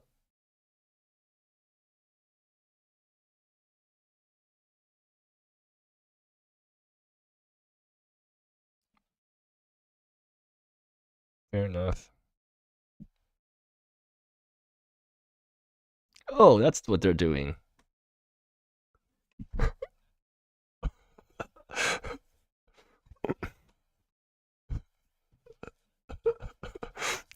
I don't like when my meatball makes my opponent miserable. I feel like meatballs should be fun to eat, not it shouldn't make people miserable.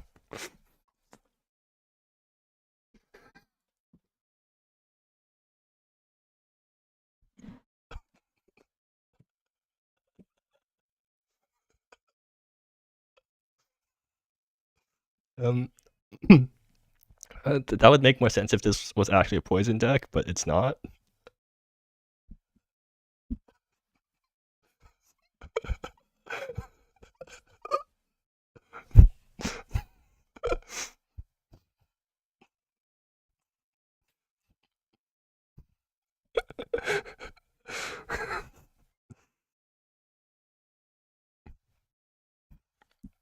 Yeah. If you ever get to attack with that, I think your opponent just scoops.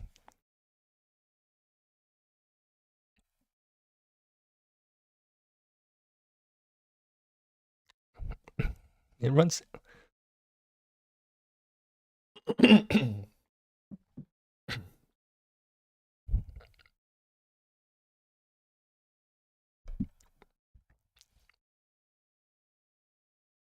It destroys enchantments and artifacts. Ooh, Final Reckoning. This since all your enchantments are storage, which means that it reduces its Final Reckoning's cost, so you can like wrath the board for 2 mana if you get enough things.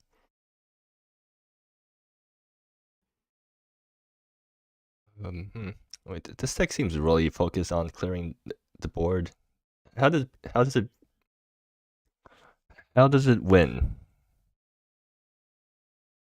How does it win on stack? Okay, I guess you have Cosmic. You have Anti-Magic Formula, which can get reduced to 2 mana, and 2 mana counter something, draw a card is super demoralizing. Yeah, okay.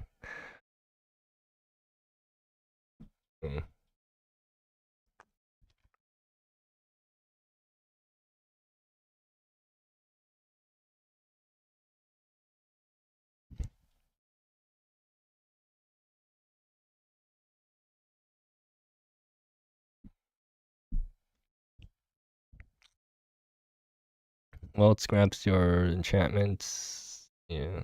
Oh wait. Well, it also makes a guy so you can kill your opponent. Yeah, I'll give it 3 chili. No, it's creative. I'll give it 4 chili peppers. I see you're that kind of player.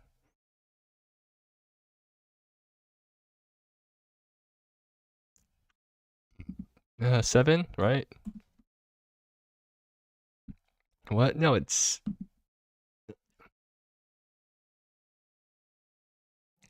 Then okay, then maybe we should reduce the black-white enchantment stack to 6.5. Sure, that... Sure, then.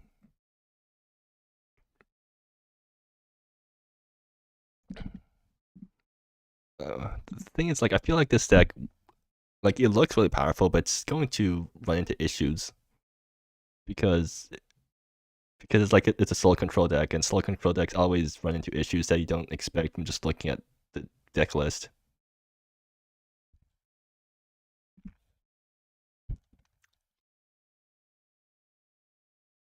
Is that their only black? No, they also have Nox.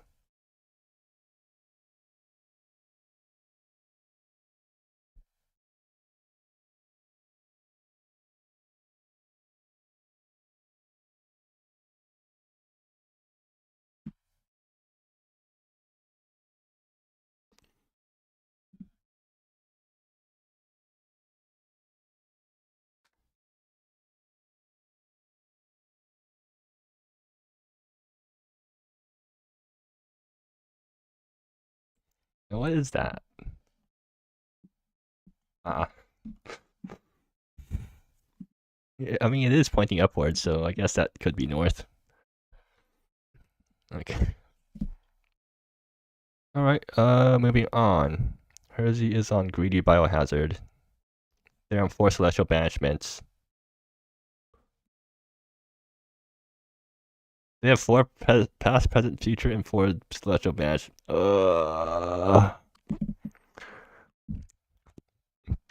They're on Viper Ambush too?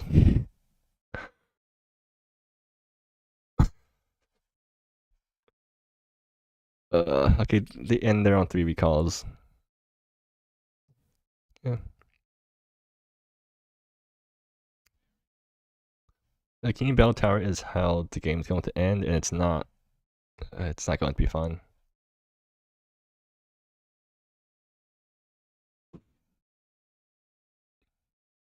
Well, Biohazard plus King Bell Tower. That's a really fast clock, right? Yeah, because you use King Bell Tower to make them draw cards, and then they get double drained.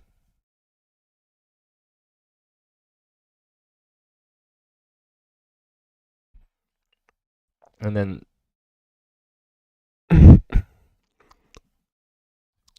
yes, so this is why Silver has Immaculate Mandate in their board. It's so that when they get after they get Biohazard, they can just Immaculate Mandate everything back and hope it doesn't get countered because actually wait, Hersey only plays 2 counter spells that can actually hit Immaculate Mandate, right? Like they only have Thought Blossoms. That's... Do they only run non-creature counter spell? They don't have any ways to counter... Well, I mean, I guess they don't have to counter anything else because they can just blow it up with Biohazard and Pithwelt. Dispersive Snare is so... Yeah.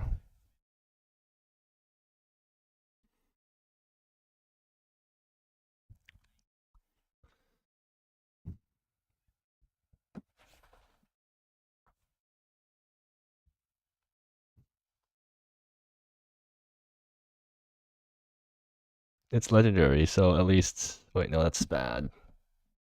Do they run... Oh, they also run Singularity's Grabs and...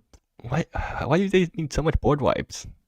They already run like 4 Pithwelts and 4 Celestial Banishments. And 2 Viper Ambushes. Like, do you really need this much removal? Oh yeah, this completely screws over... Yeah, this screws over rail lines really hard.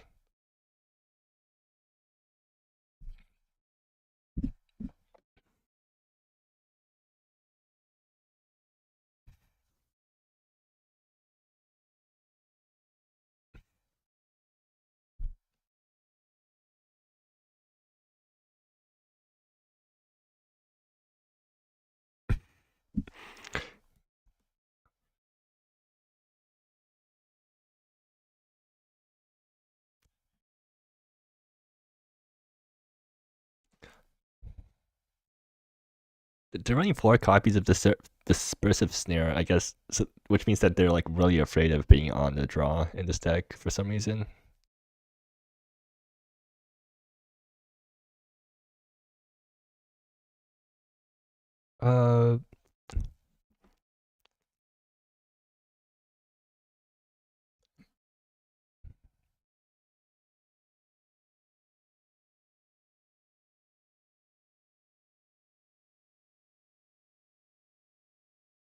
In this format or in other formats? Because this format, I thought it was Manaless Dredge.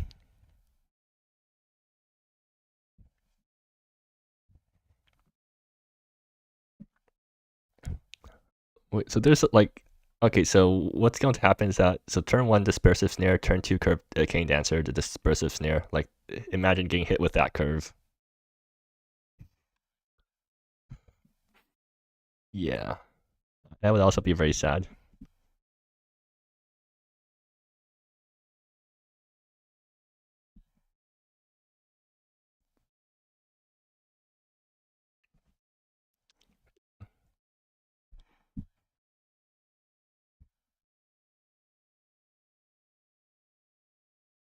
Well, yeah, because Bell Tower plus Bell Hazard actually makes pretty quick work of you, so it's relatively fast. I mean, yeah. Yeah, I'll give it 5. Yeah, I guess I'll give it 5 for the first time. 3 biohazards. No, that's not the biohazard symbol. That's the nuclear hazard symbol.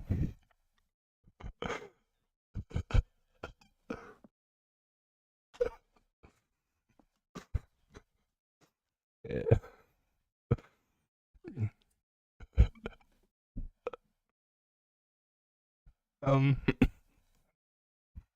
Yeah, good.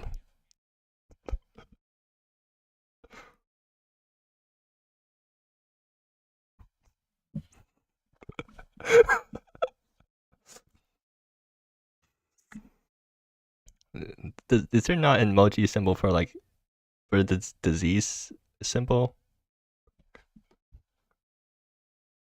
Yeah. There you go. Yeah, there you go.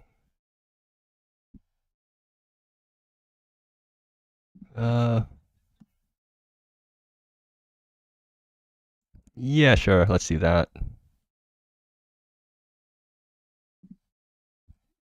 It's a Hersey deck. I'm pretty sure it's not a 7. Hersey knows what they're doing. Yeah. Zangy is on burn. Wait, Labor of Life.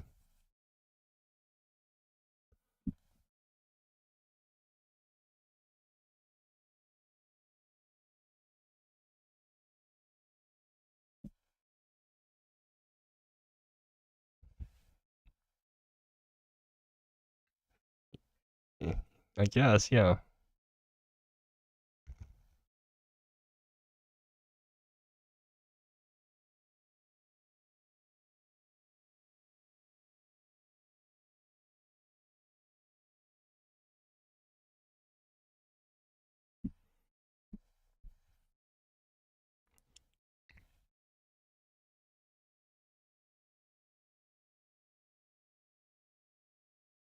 Yeah. Wait, why are they not on Collaborative Strike? Doesn't Collaborative Strike actually synergize with Labor of Love? Or Labor of Life? Because it makes creatures?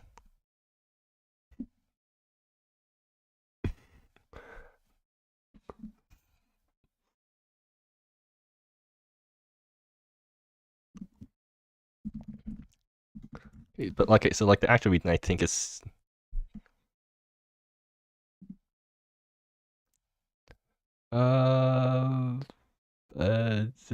the unjust sentence. Usually that's the first cut I would make.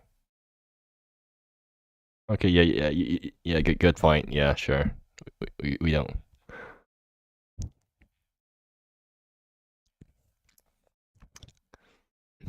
Actually, maybe cut the avatar of Basat. Maybe I guess they really want 18 one drops, so they're playing avatar.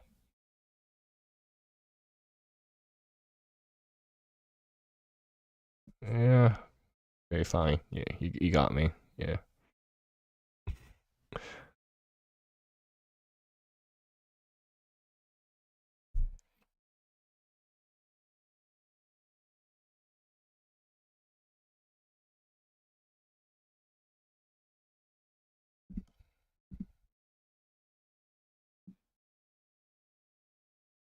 Okay.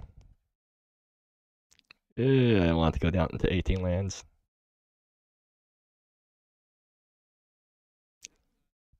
Yeah, it's burn.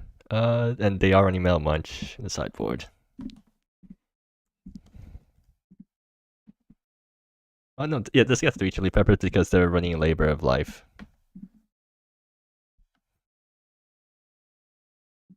Yeah, I'll play it to 4. Alright, 8.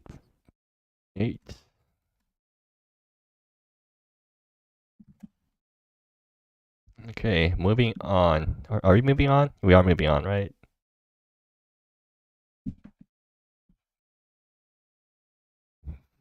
Oh yeah, Fickle Control is back.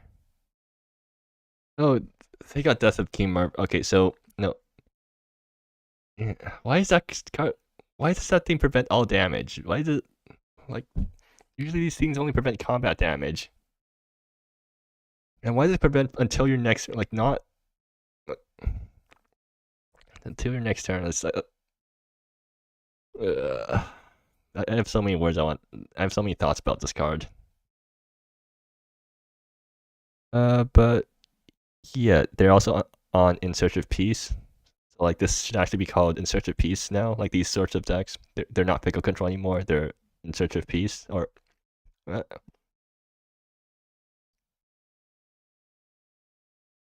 are they playing that card? I don't think that card's actually needed in this deck anymore.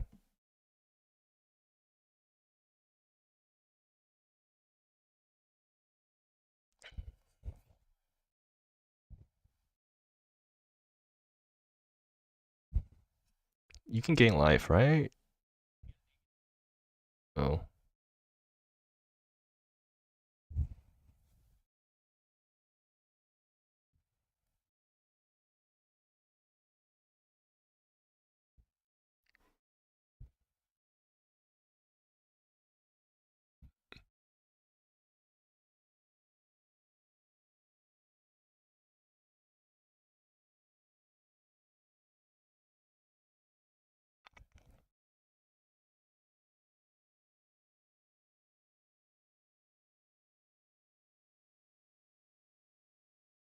You have Terraformer's Globe and Distilled Inspiration. You have like 8 cantrip artifacts. But I think the reason you're on Death by 1 million Steins is so that you don't run into the awkward situation where you don't actually top deck any spells, so that you can't blink your things. Or if your opponent blows up your blink engine and then you end up top decking and not actually get anything useful.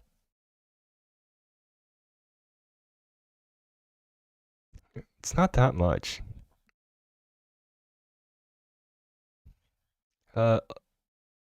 Old Oath Conviction also makes lifelinking 1/1s.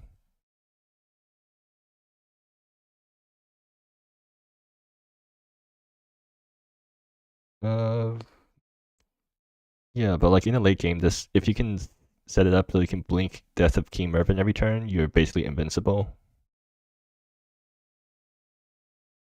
Or wait, no. If you have Death by 1 million Steins in play, blinking Death of King Mervyn doesn't save you.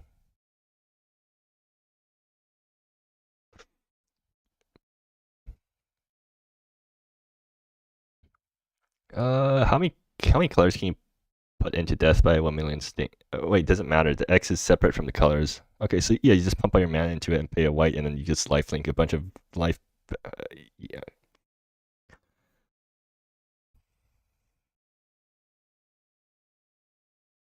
What does green give it? Death Touch?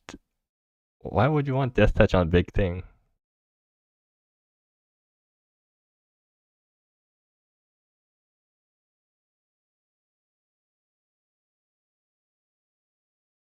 Yeah.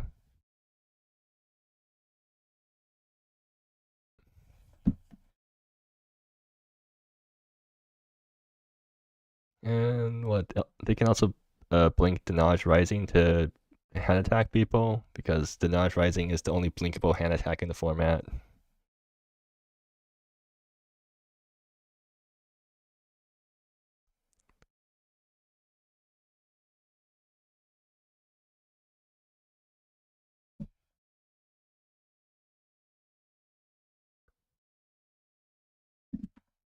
It's Kite Sail Freebooter. Yeah. Yeah, it's a Mesmeric Fiend. Of course.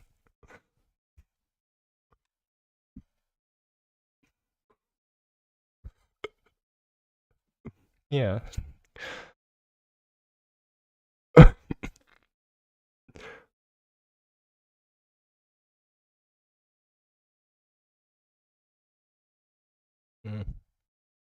Are they not running Death Pit's Trophy main board? Okay, they're running 2 Death Pit trophies in sideboard, I guess, against grinder matchups, because blinking Death Pit Trophy is really annoying to deal with if you're on the receiving end.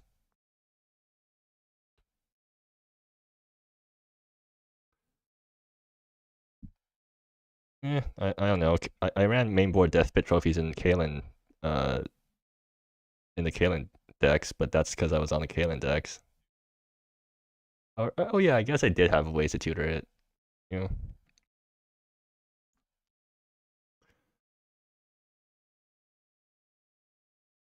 Yeah. And also I had a way to give the thing flash, so then you can draw step lock people, but I guess you can kind of draw step lock people here too. No, the timing doesn't work out for In Search of Peace. All right, let's just 3 chili peppers. I really don't like this deck.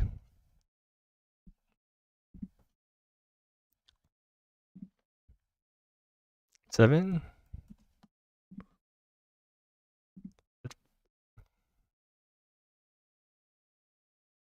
Okay, moving on.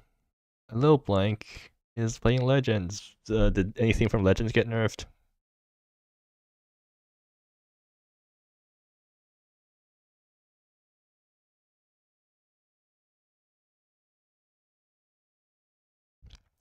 Did anyone Jack? Did anyone play Legends after Jack got nerfed? Because this, or is this? Okay, so I guess this is the first Legends after Jack got nerfed.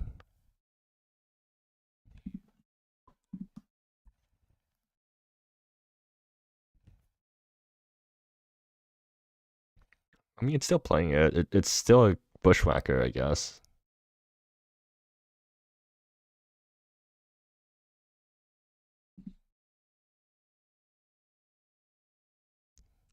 Oh. Yeah, what does that thing do?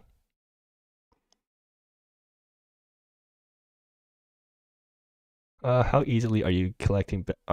Like, because this deck doesn't easily get cards into the graveyard, right? So if you're collecting backing, then you're just tapping your creatures, which then, because you're an aggro deck, so it's bad for you to tap.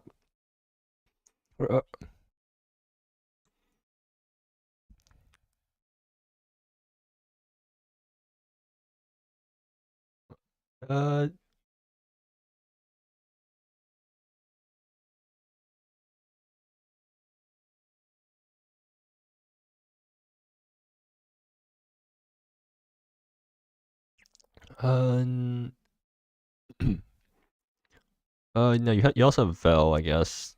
Vel, you have Vel to give you, and then you also have Assemble the Party in the graveyard to contribute green. Does any of these guys make tokens that are off color? No. Okay, so like you can probably collect backing too.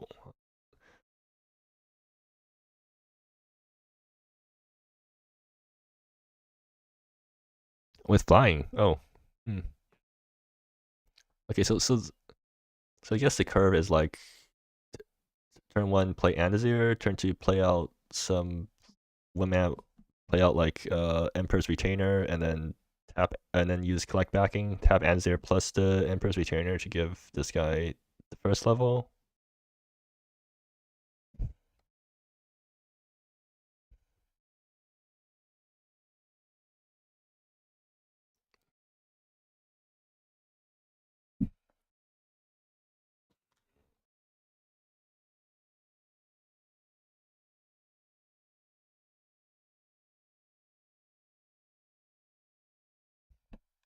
Wait, Anazir, so you can tap itself for collect backing, which means that if you have another creature, Anazir is basically 2 mana 3/3. Tap the guy. That actually seems reasonable. Yeah, 2 mana 3/3. It's not, the digraphical is only a 2/2.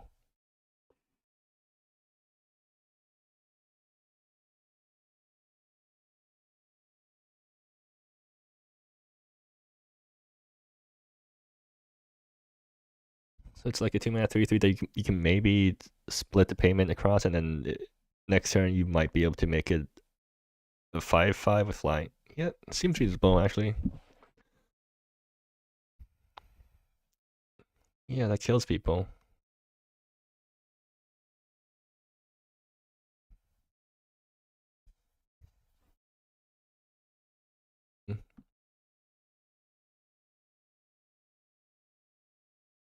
Yeah.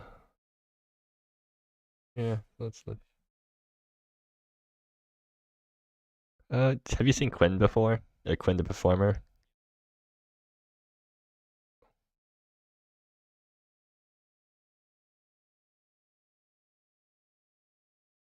Huh. I didn't realize. Okay, anyways, for Chili Peppers, I guess. I mean, it's Legends. That's cool. And the Zero's kind of cool.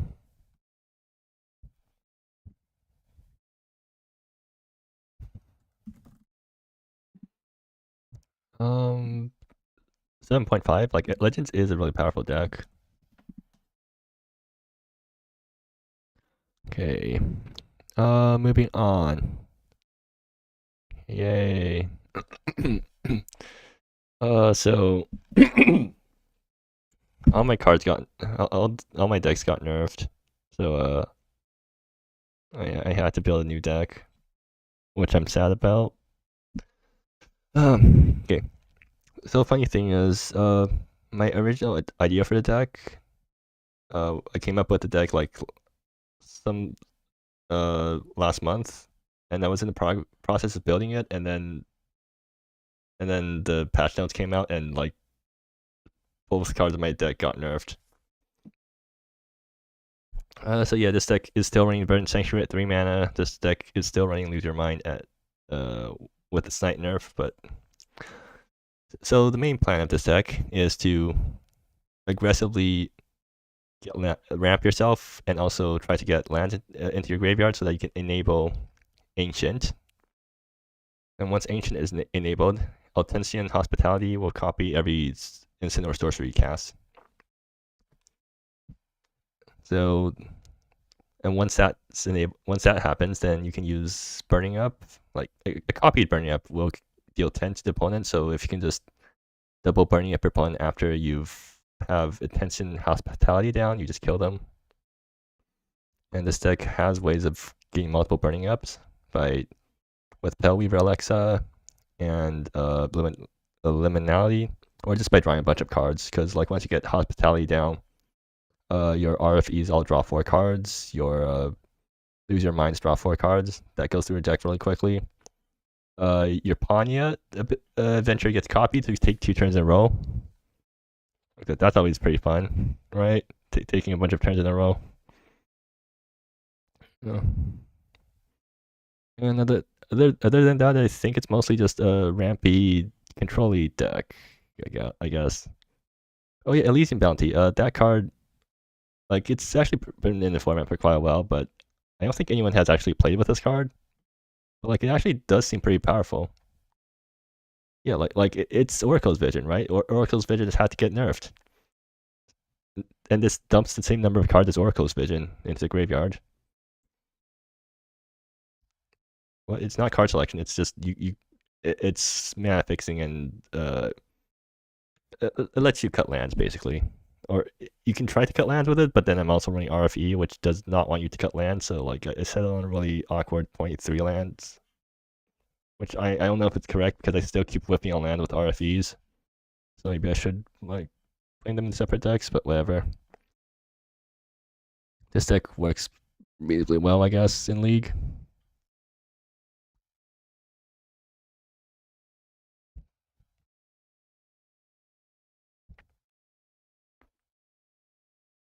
Or decks that wanted Oracle's Vision were just running Oracle's Vision, and after it got nerfed, then nobody ran those decks anymore because Oracle's Vision got nerfed.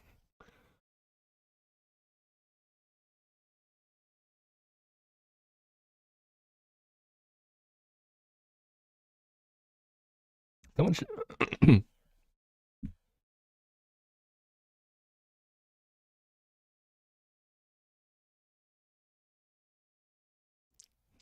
One day we'll run. One day someone will build the mono Lay of the Land deck, and that'll be really funny.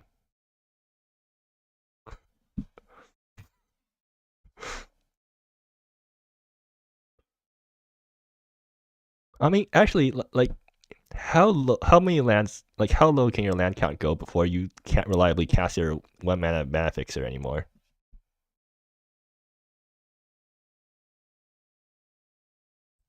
Like the same reliability as a normal 23 land deck, or I guess 24 land deck.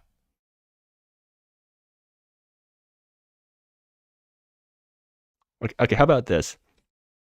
You want...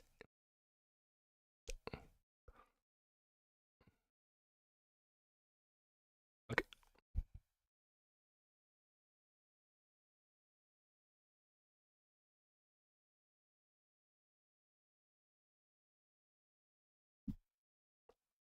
Okay, how about just the same chance of getting a second land drop in a 24 land deck?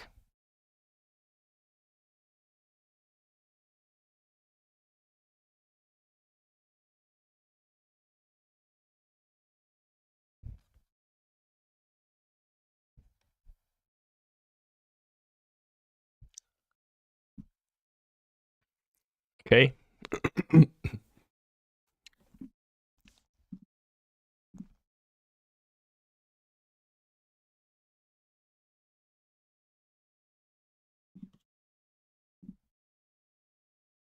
Huh, that's actually... You know what's funny? That's the same number of lands I ran in my blue-red Priority stack last GP. Because that deck was on rail lines. So maybe 24, like maybe 14 is actually just the minimum for this is, or I don't know, I was on 15 lands, but yeah, maybe 14 is just the minimum for.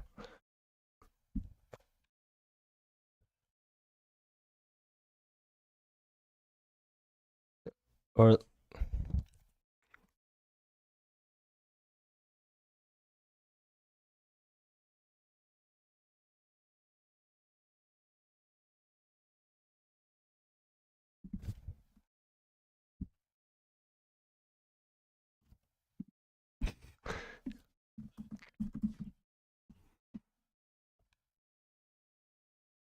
yeah. So Liminality, I found that Liminality is actually really good.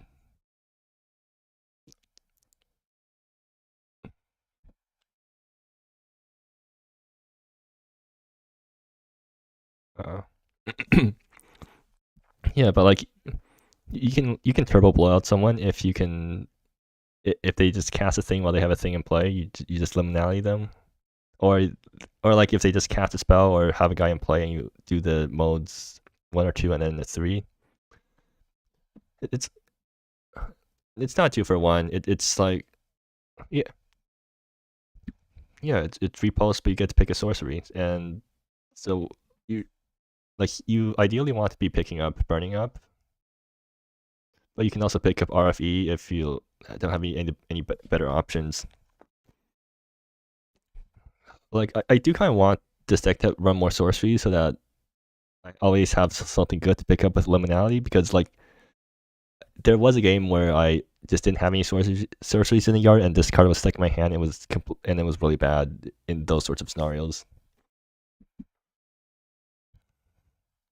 Well, no, it's one of because I can't find any other cuts. I want to run more copies of this, but I can't find more cuts to make. And also double blue is kind of annoying.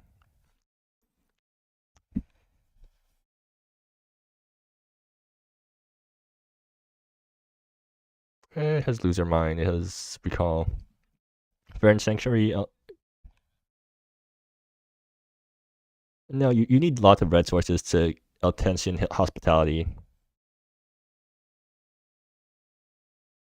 Well, no, the color of the situation in this deck isn't that good because like you want green early in order to Elysian Bounty, but you also want double blue early for Liminality, and you also want double red for, or more. You want to have as many red pips as possible for Hospitality in case you want to activate a bunch.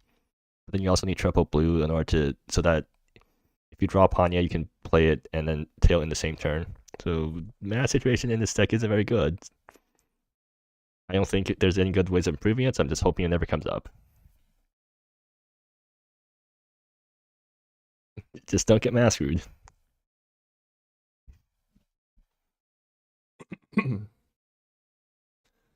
Alright, anyways, 5 chili peppers because I'm going to be playing this deck and commentating with it.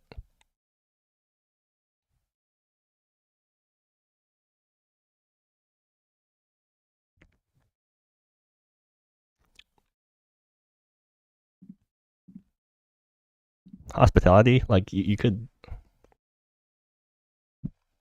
house. Yeah, the hospitality, right? House or maybe hospital. Is that like?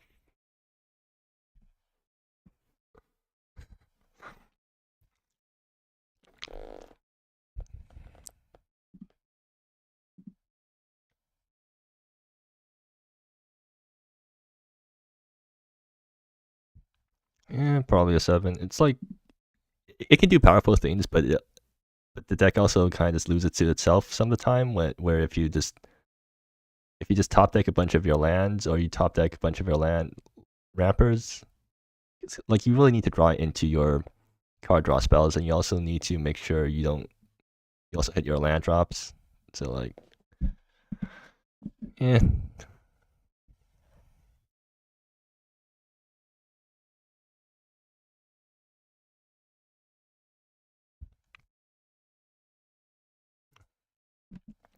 Well, no, the thing is, if my deck is absolutely busted, then I'm only positive about my decks when I know that my deck is doing something fundamentally unfair. Yeah, basically, like you know when I was on blue red, like on the blue red spells decks for the last, I don't know, 4 months, like that's a deck I felt was really good, and that led to nerfs.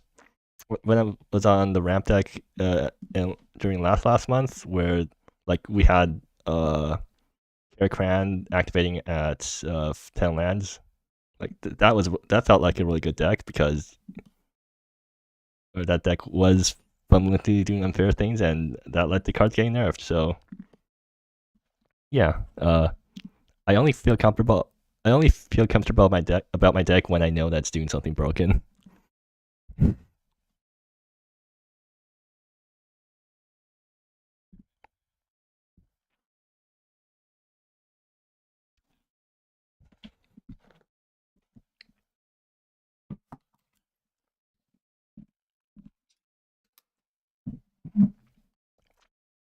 I mean, yeah, I'm the same here, but the thing is, like, I can recognize when the deck that I go through with and feel really good about is also like actually powerful.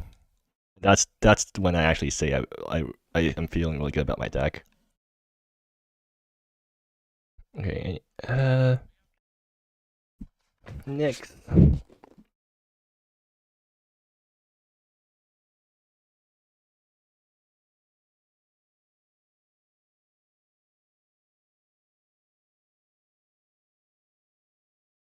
So yeah, the main synergy here is that Coordinated Warcaller can pull out lands because you run pilot pools, which is a rebel.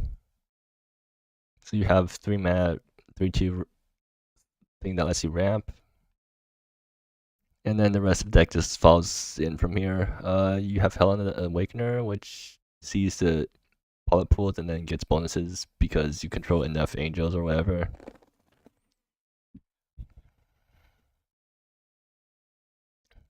Oh wait, that works with that.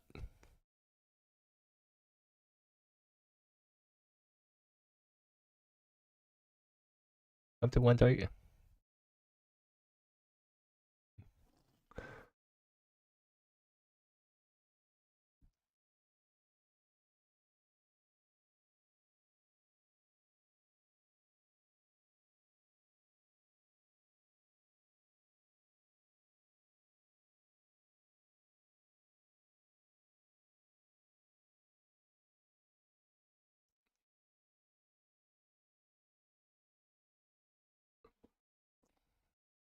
I guess you're just planning on sequencing it. I think the plan here is that you just don't play it if it's not relevant.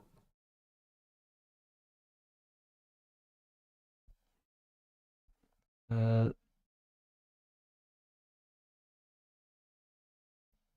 the Sound of Silence is for different things than Dawnheart. Sound is for hating a single card. Dawnheart is for turning everything off.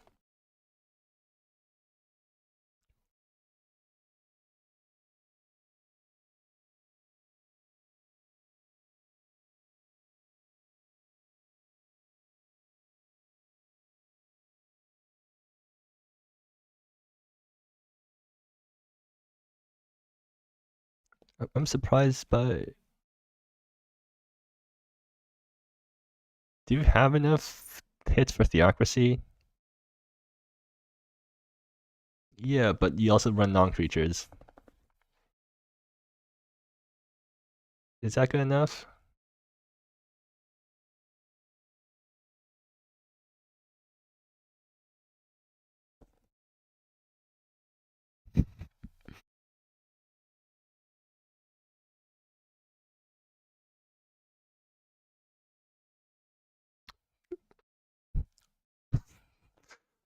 Yeah.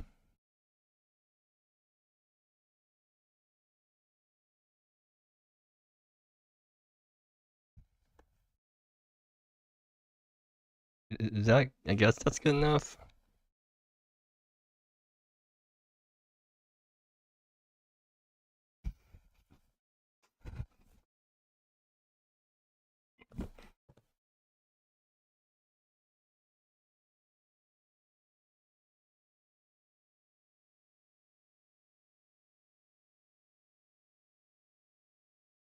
It's probably more reliable than hitting 2 things with EHS in most of the EHS decks, right?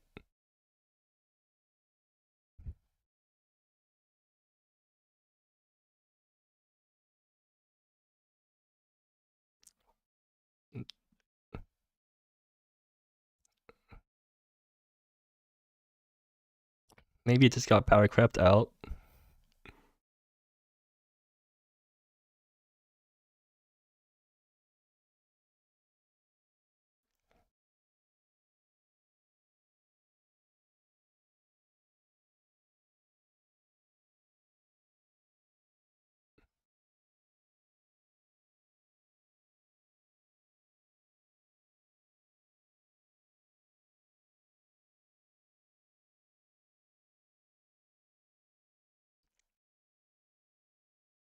Up to 1 target citizen.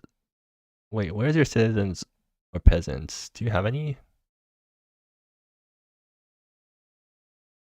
Oh. Maybe you cut children into clouds? Like, I mean, how reliably are you going to get children online anyways? You're not a ramp deck.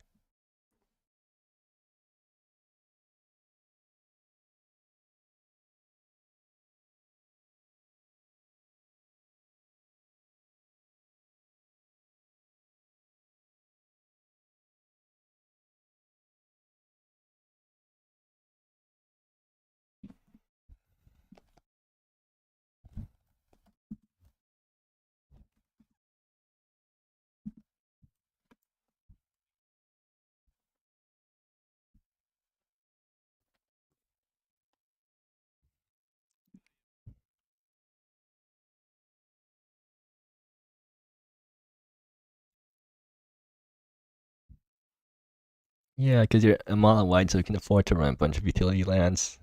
And you probably won't get mass screwed if you do that. Probably.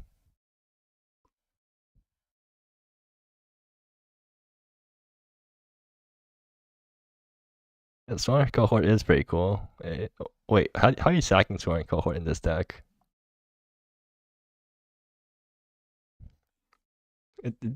It's actually kind of hard to get this thing to die in combat because it is first strike.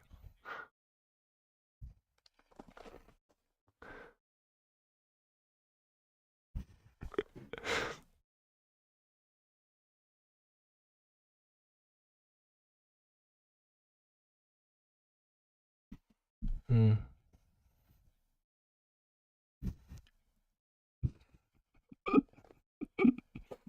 Yeah.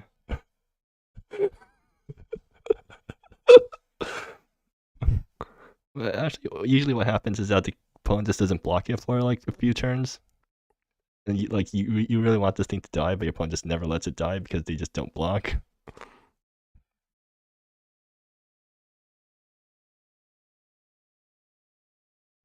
Yeah, but you can't.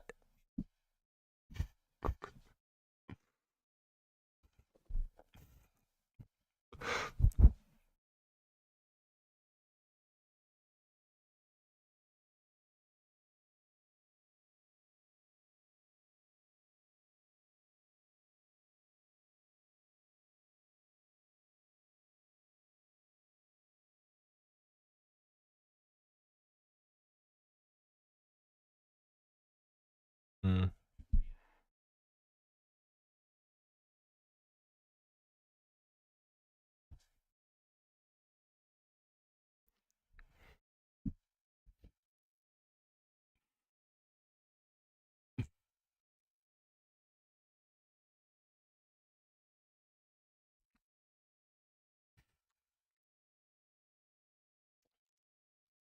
Well, no. The thing is, Rias is instant speed, and a lot of late game decks still rely on damage to kill. So like, if you just like, for example, if I'm playing my deck and I play one copied burning up on you, and then I try to play the second copied burning up, and then you in response Rias, and then survive that, and now I have to find another burning up.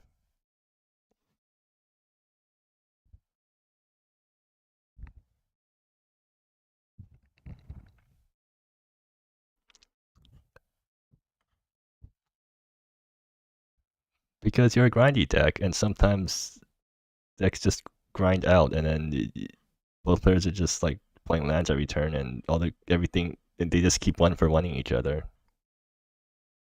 I don't know, it could happen.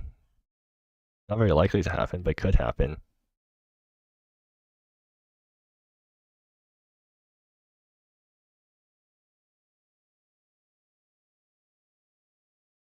Yeah, Pompous cool. 5 chili peppers. 7? Or 7.5 because it's a Nyx deck. Okay.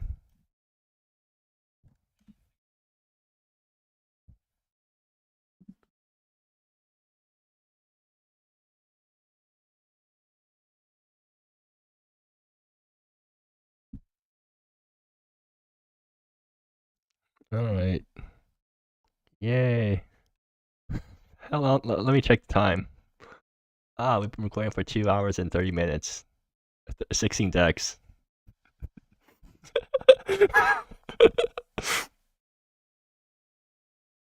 Don't you love it?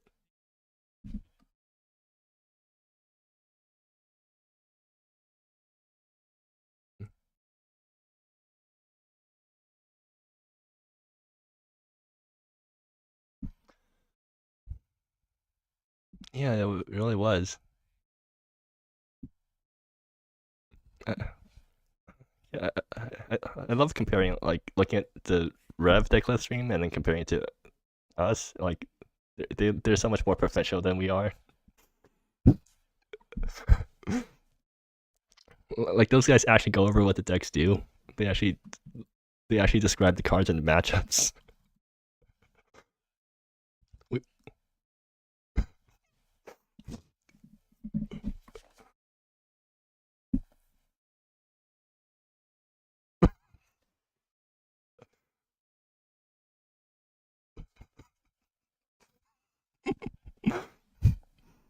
Yeah.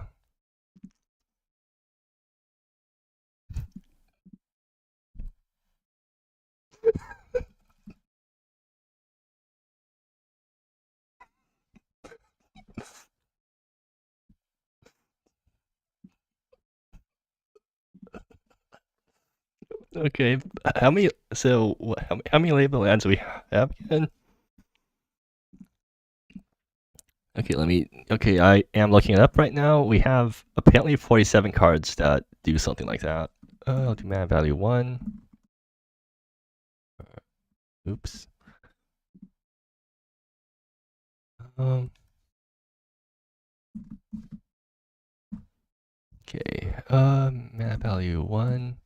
Okay, so we have 20 cards, it seems like, that do something like that. I guess I should do mana 1 or mana green.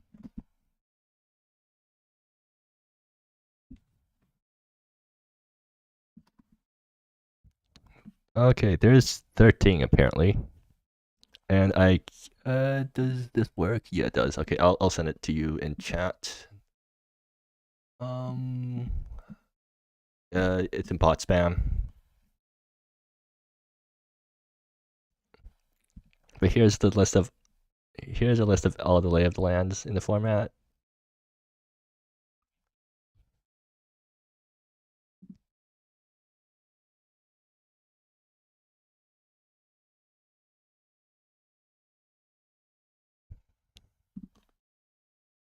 Yeah, that's how we're going to win.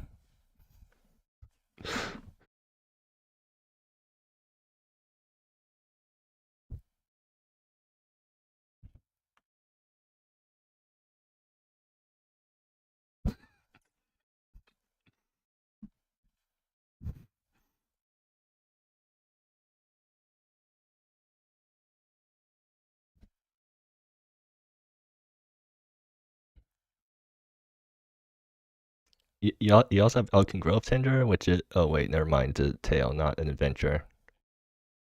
Oof.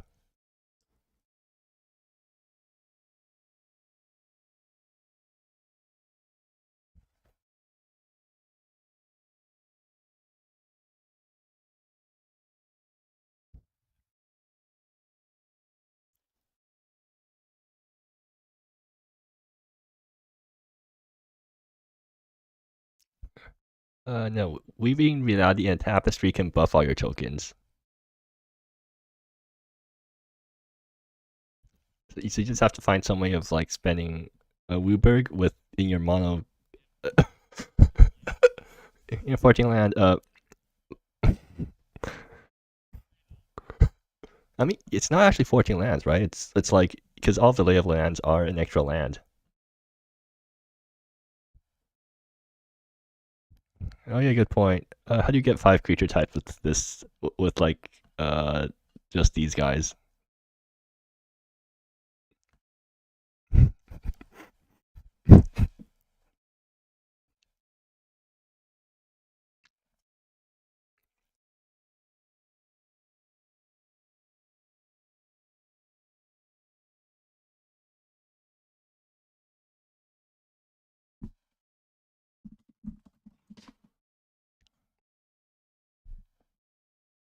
Hmm.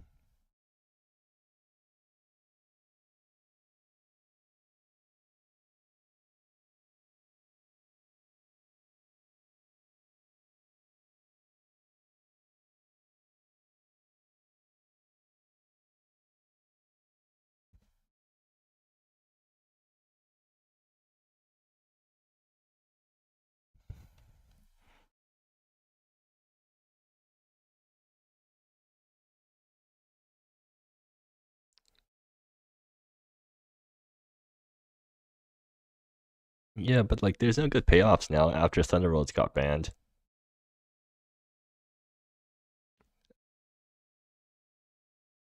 Thriving Building doesn't win the game when you flash it back with Kyoro.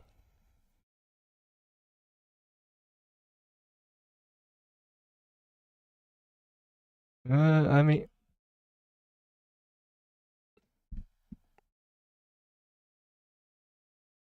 what's it like?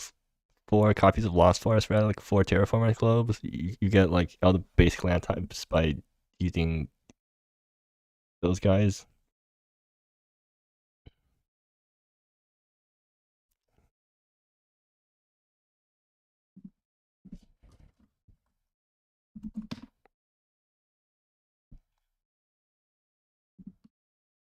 Okay, actually, we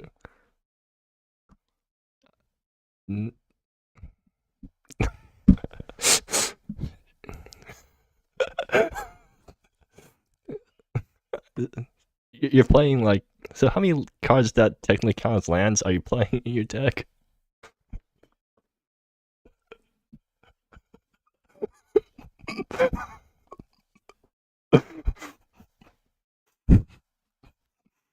This is what happens in the when we're all sleep deprived and talking Magic, right?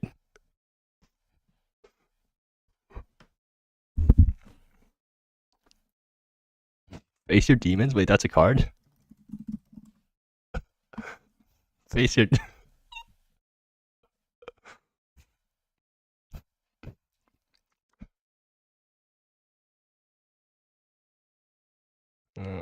I thought you were joking because you're trying to follow up my joke about how we're all sleep deprived.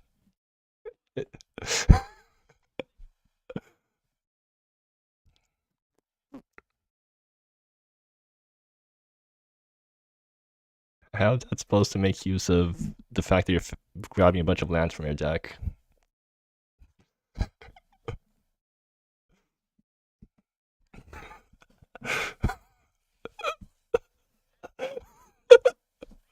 Wait, that's actually the direction we can go in. Like, because if you're grabbing lands that aggressively, you actually can't just thin your deck out of lands.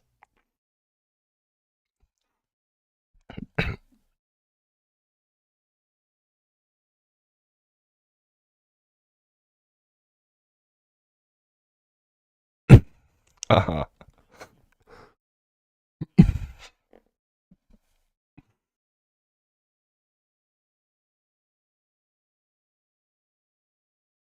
Mm.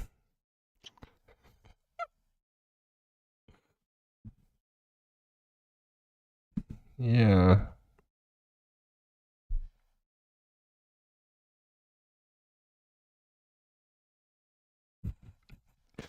Okay. We should probably end the stream.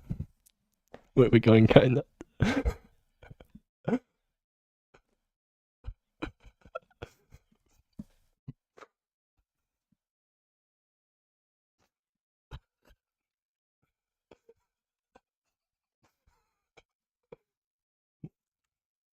Okay. Anyways, yeah, I don't know what we're doing here.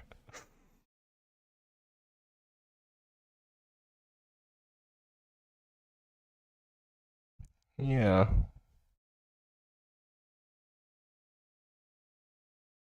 All right.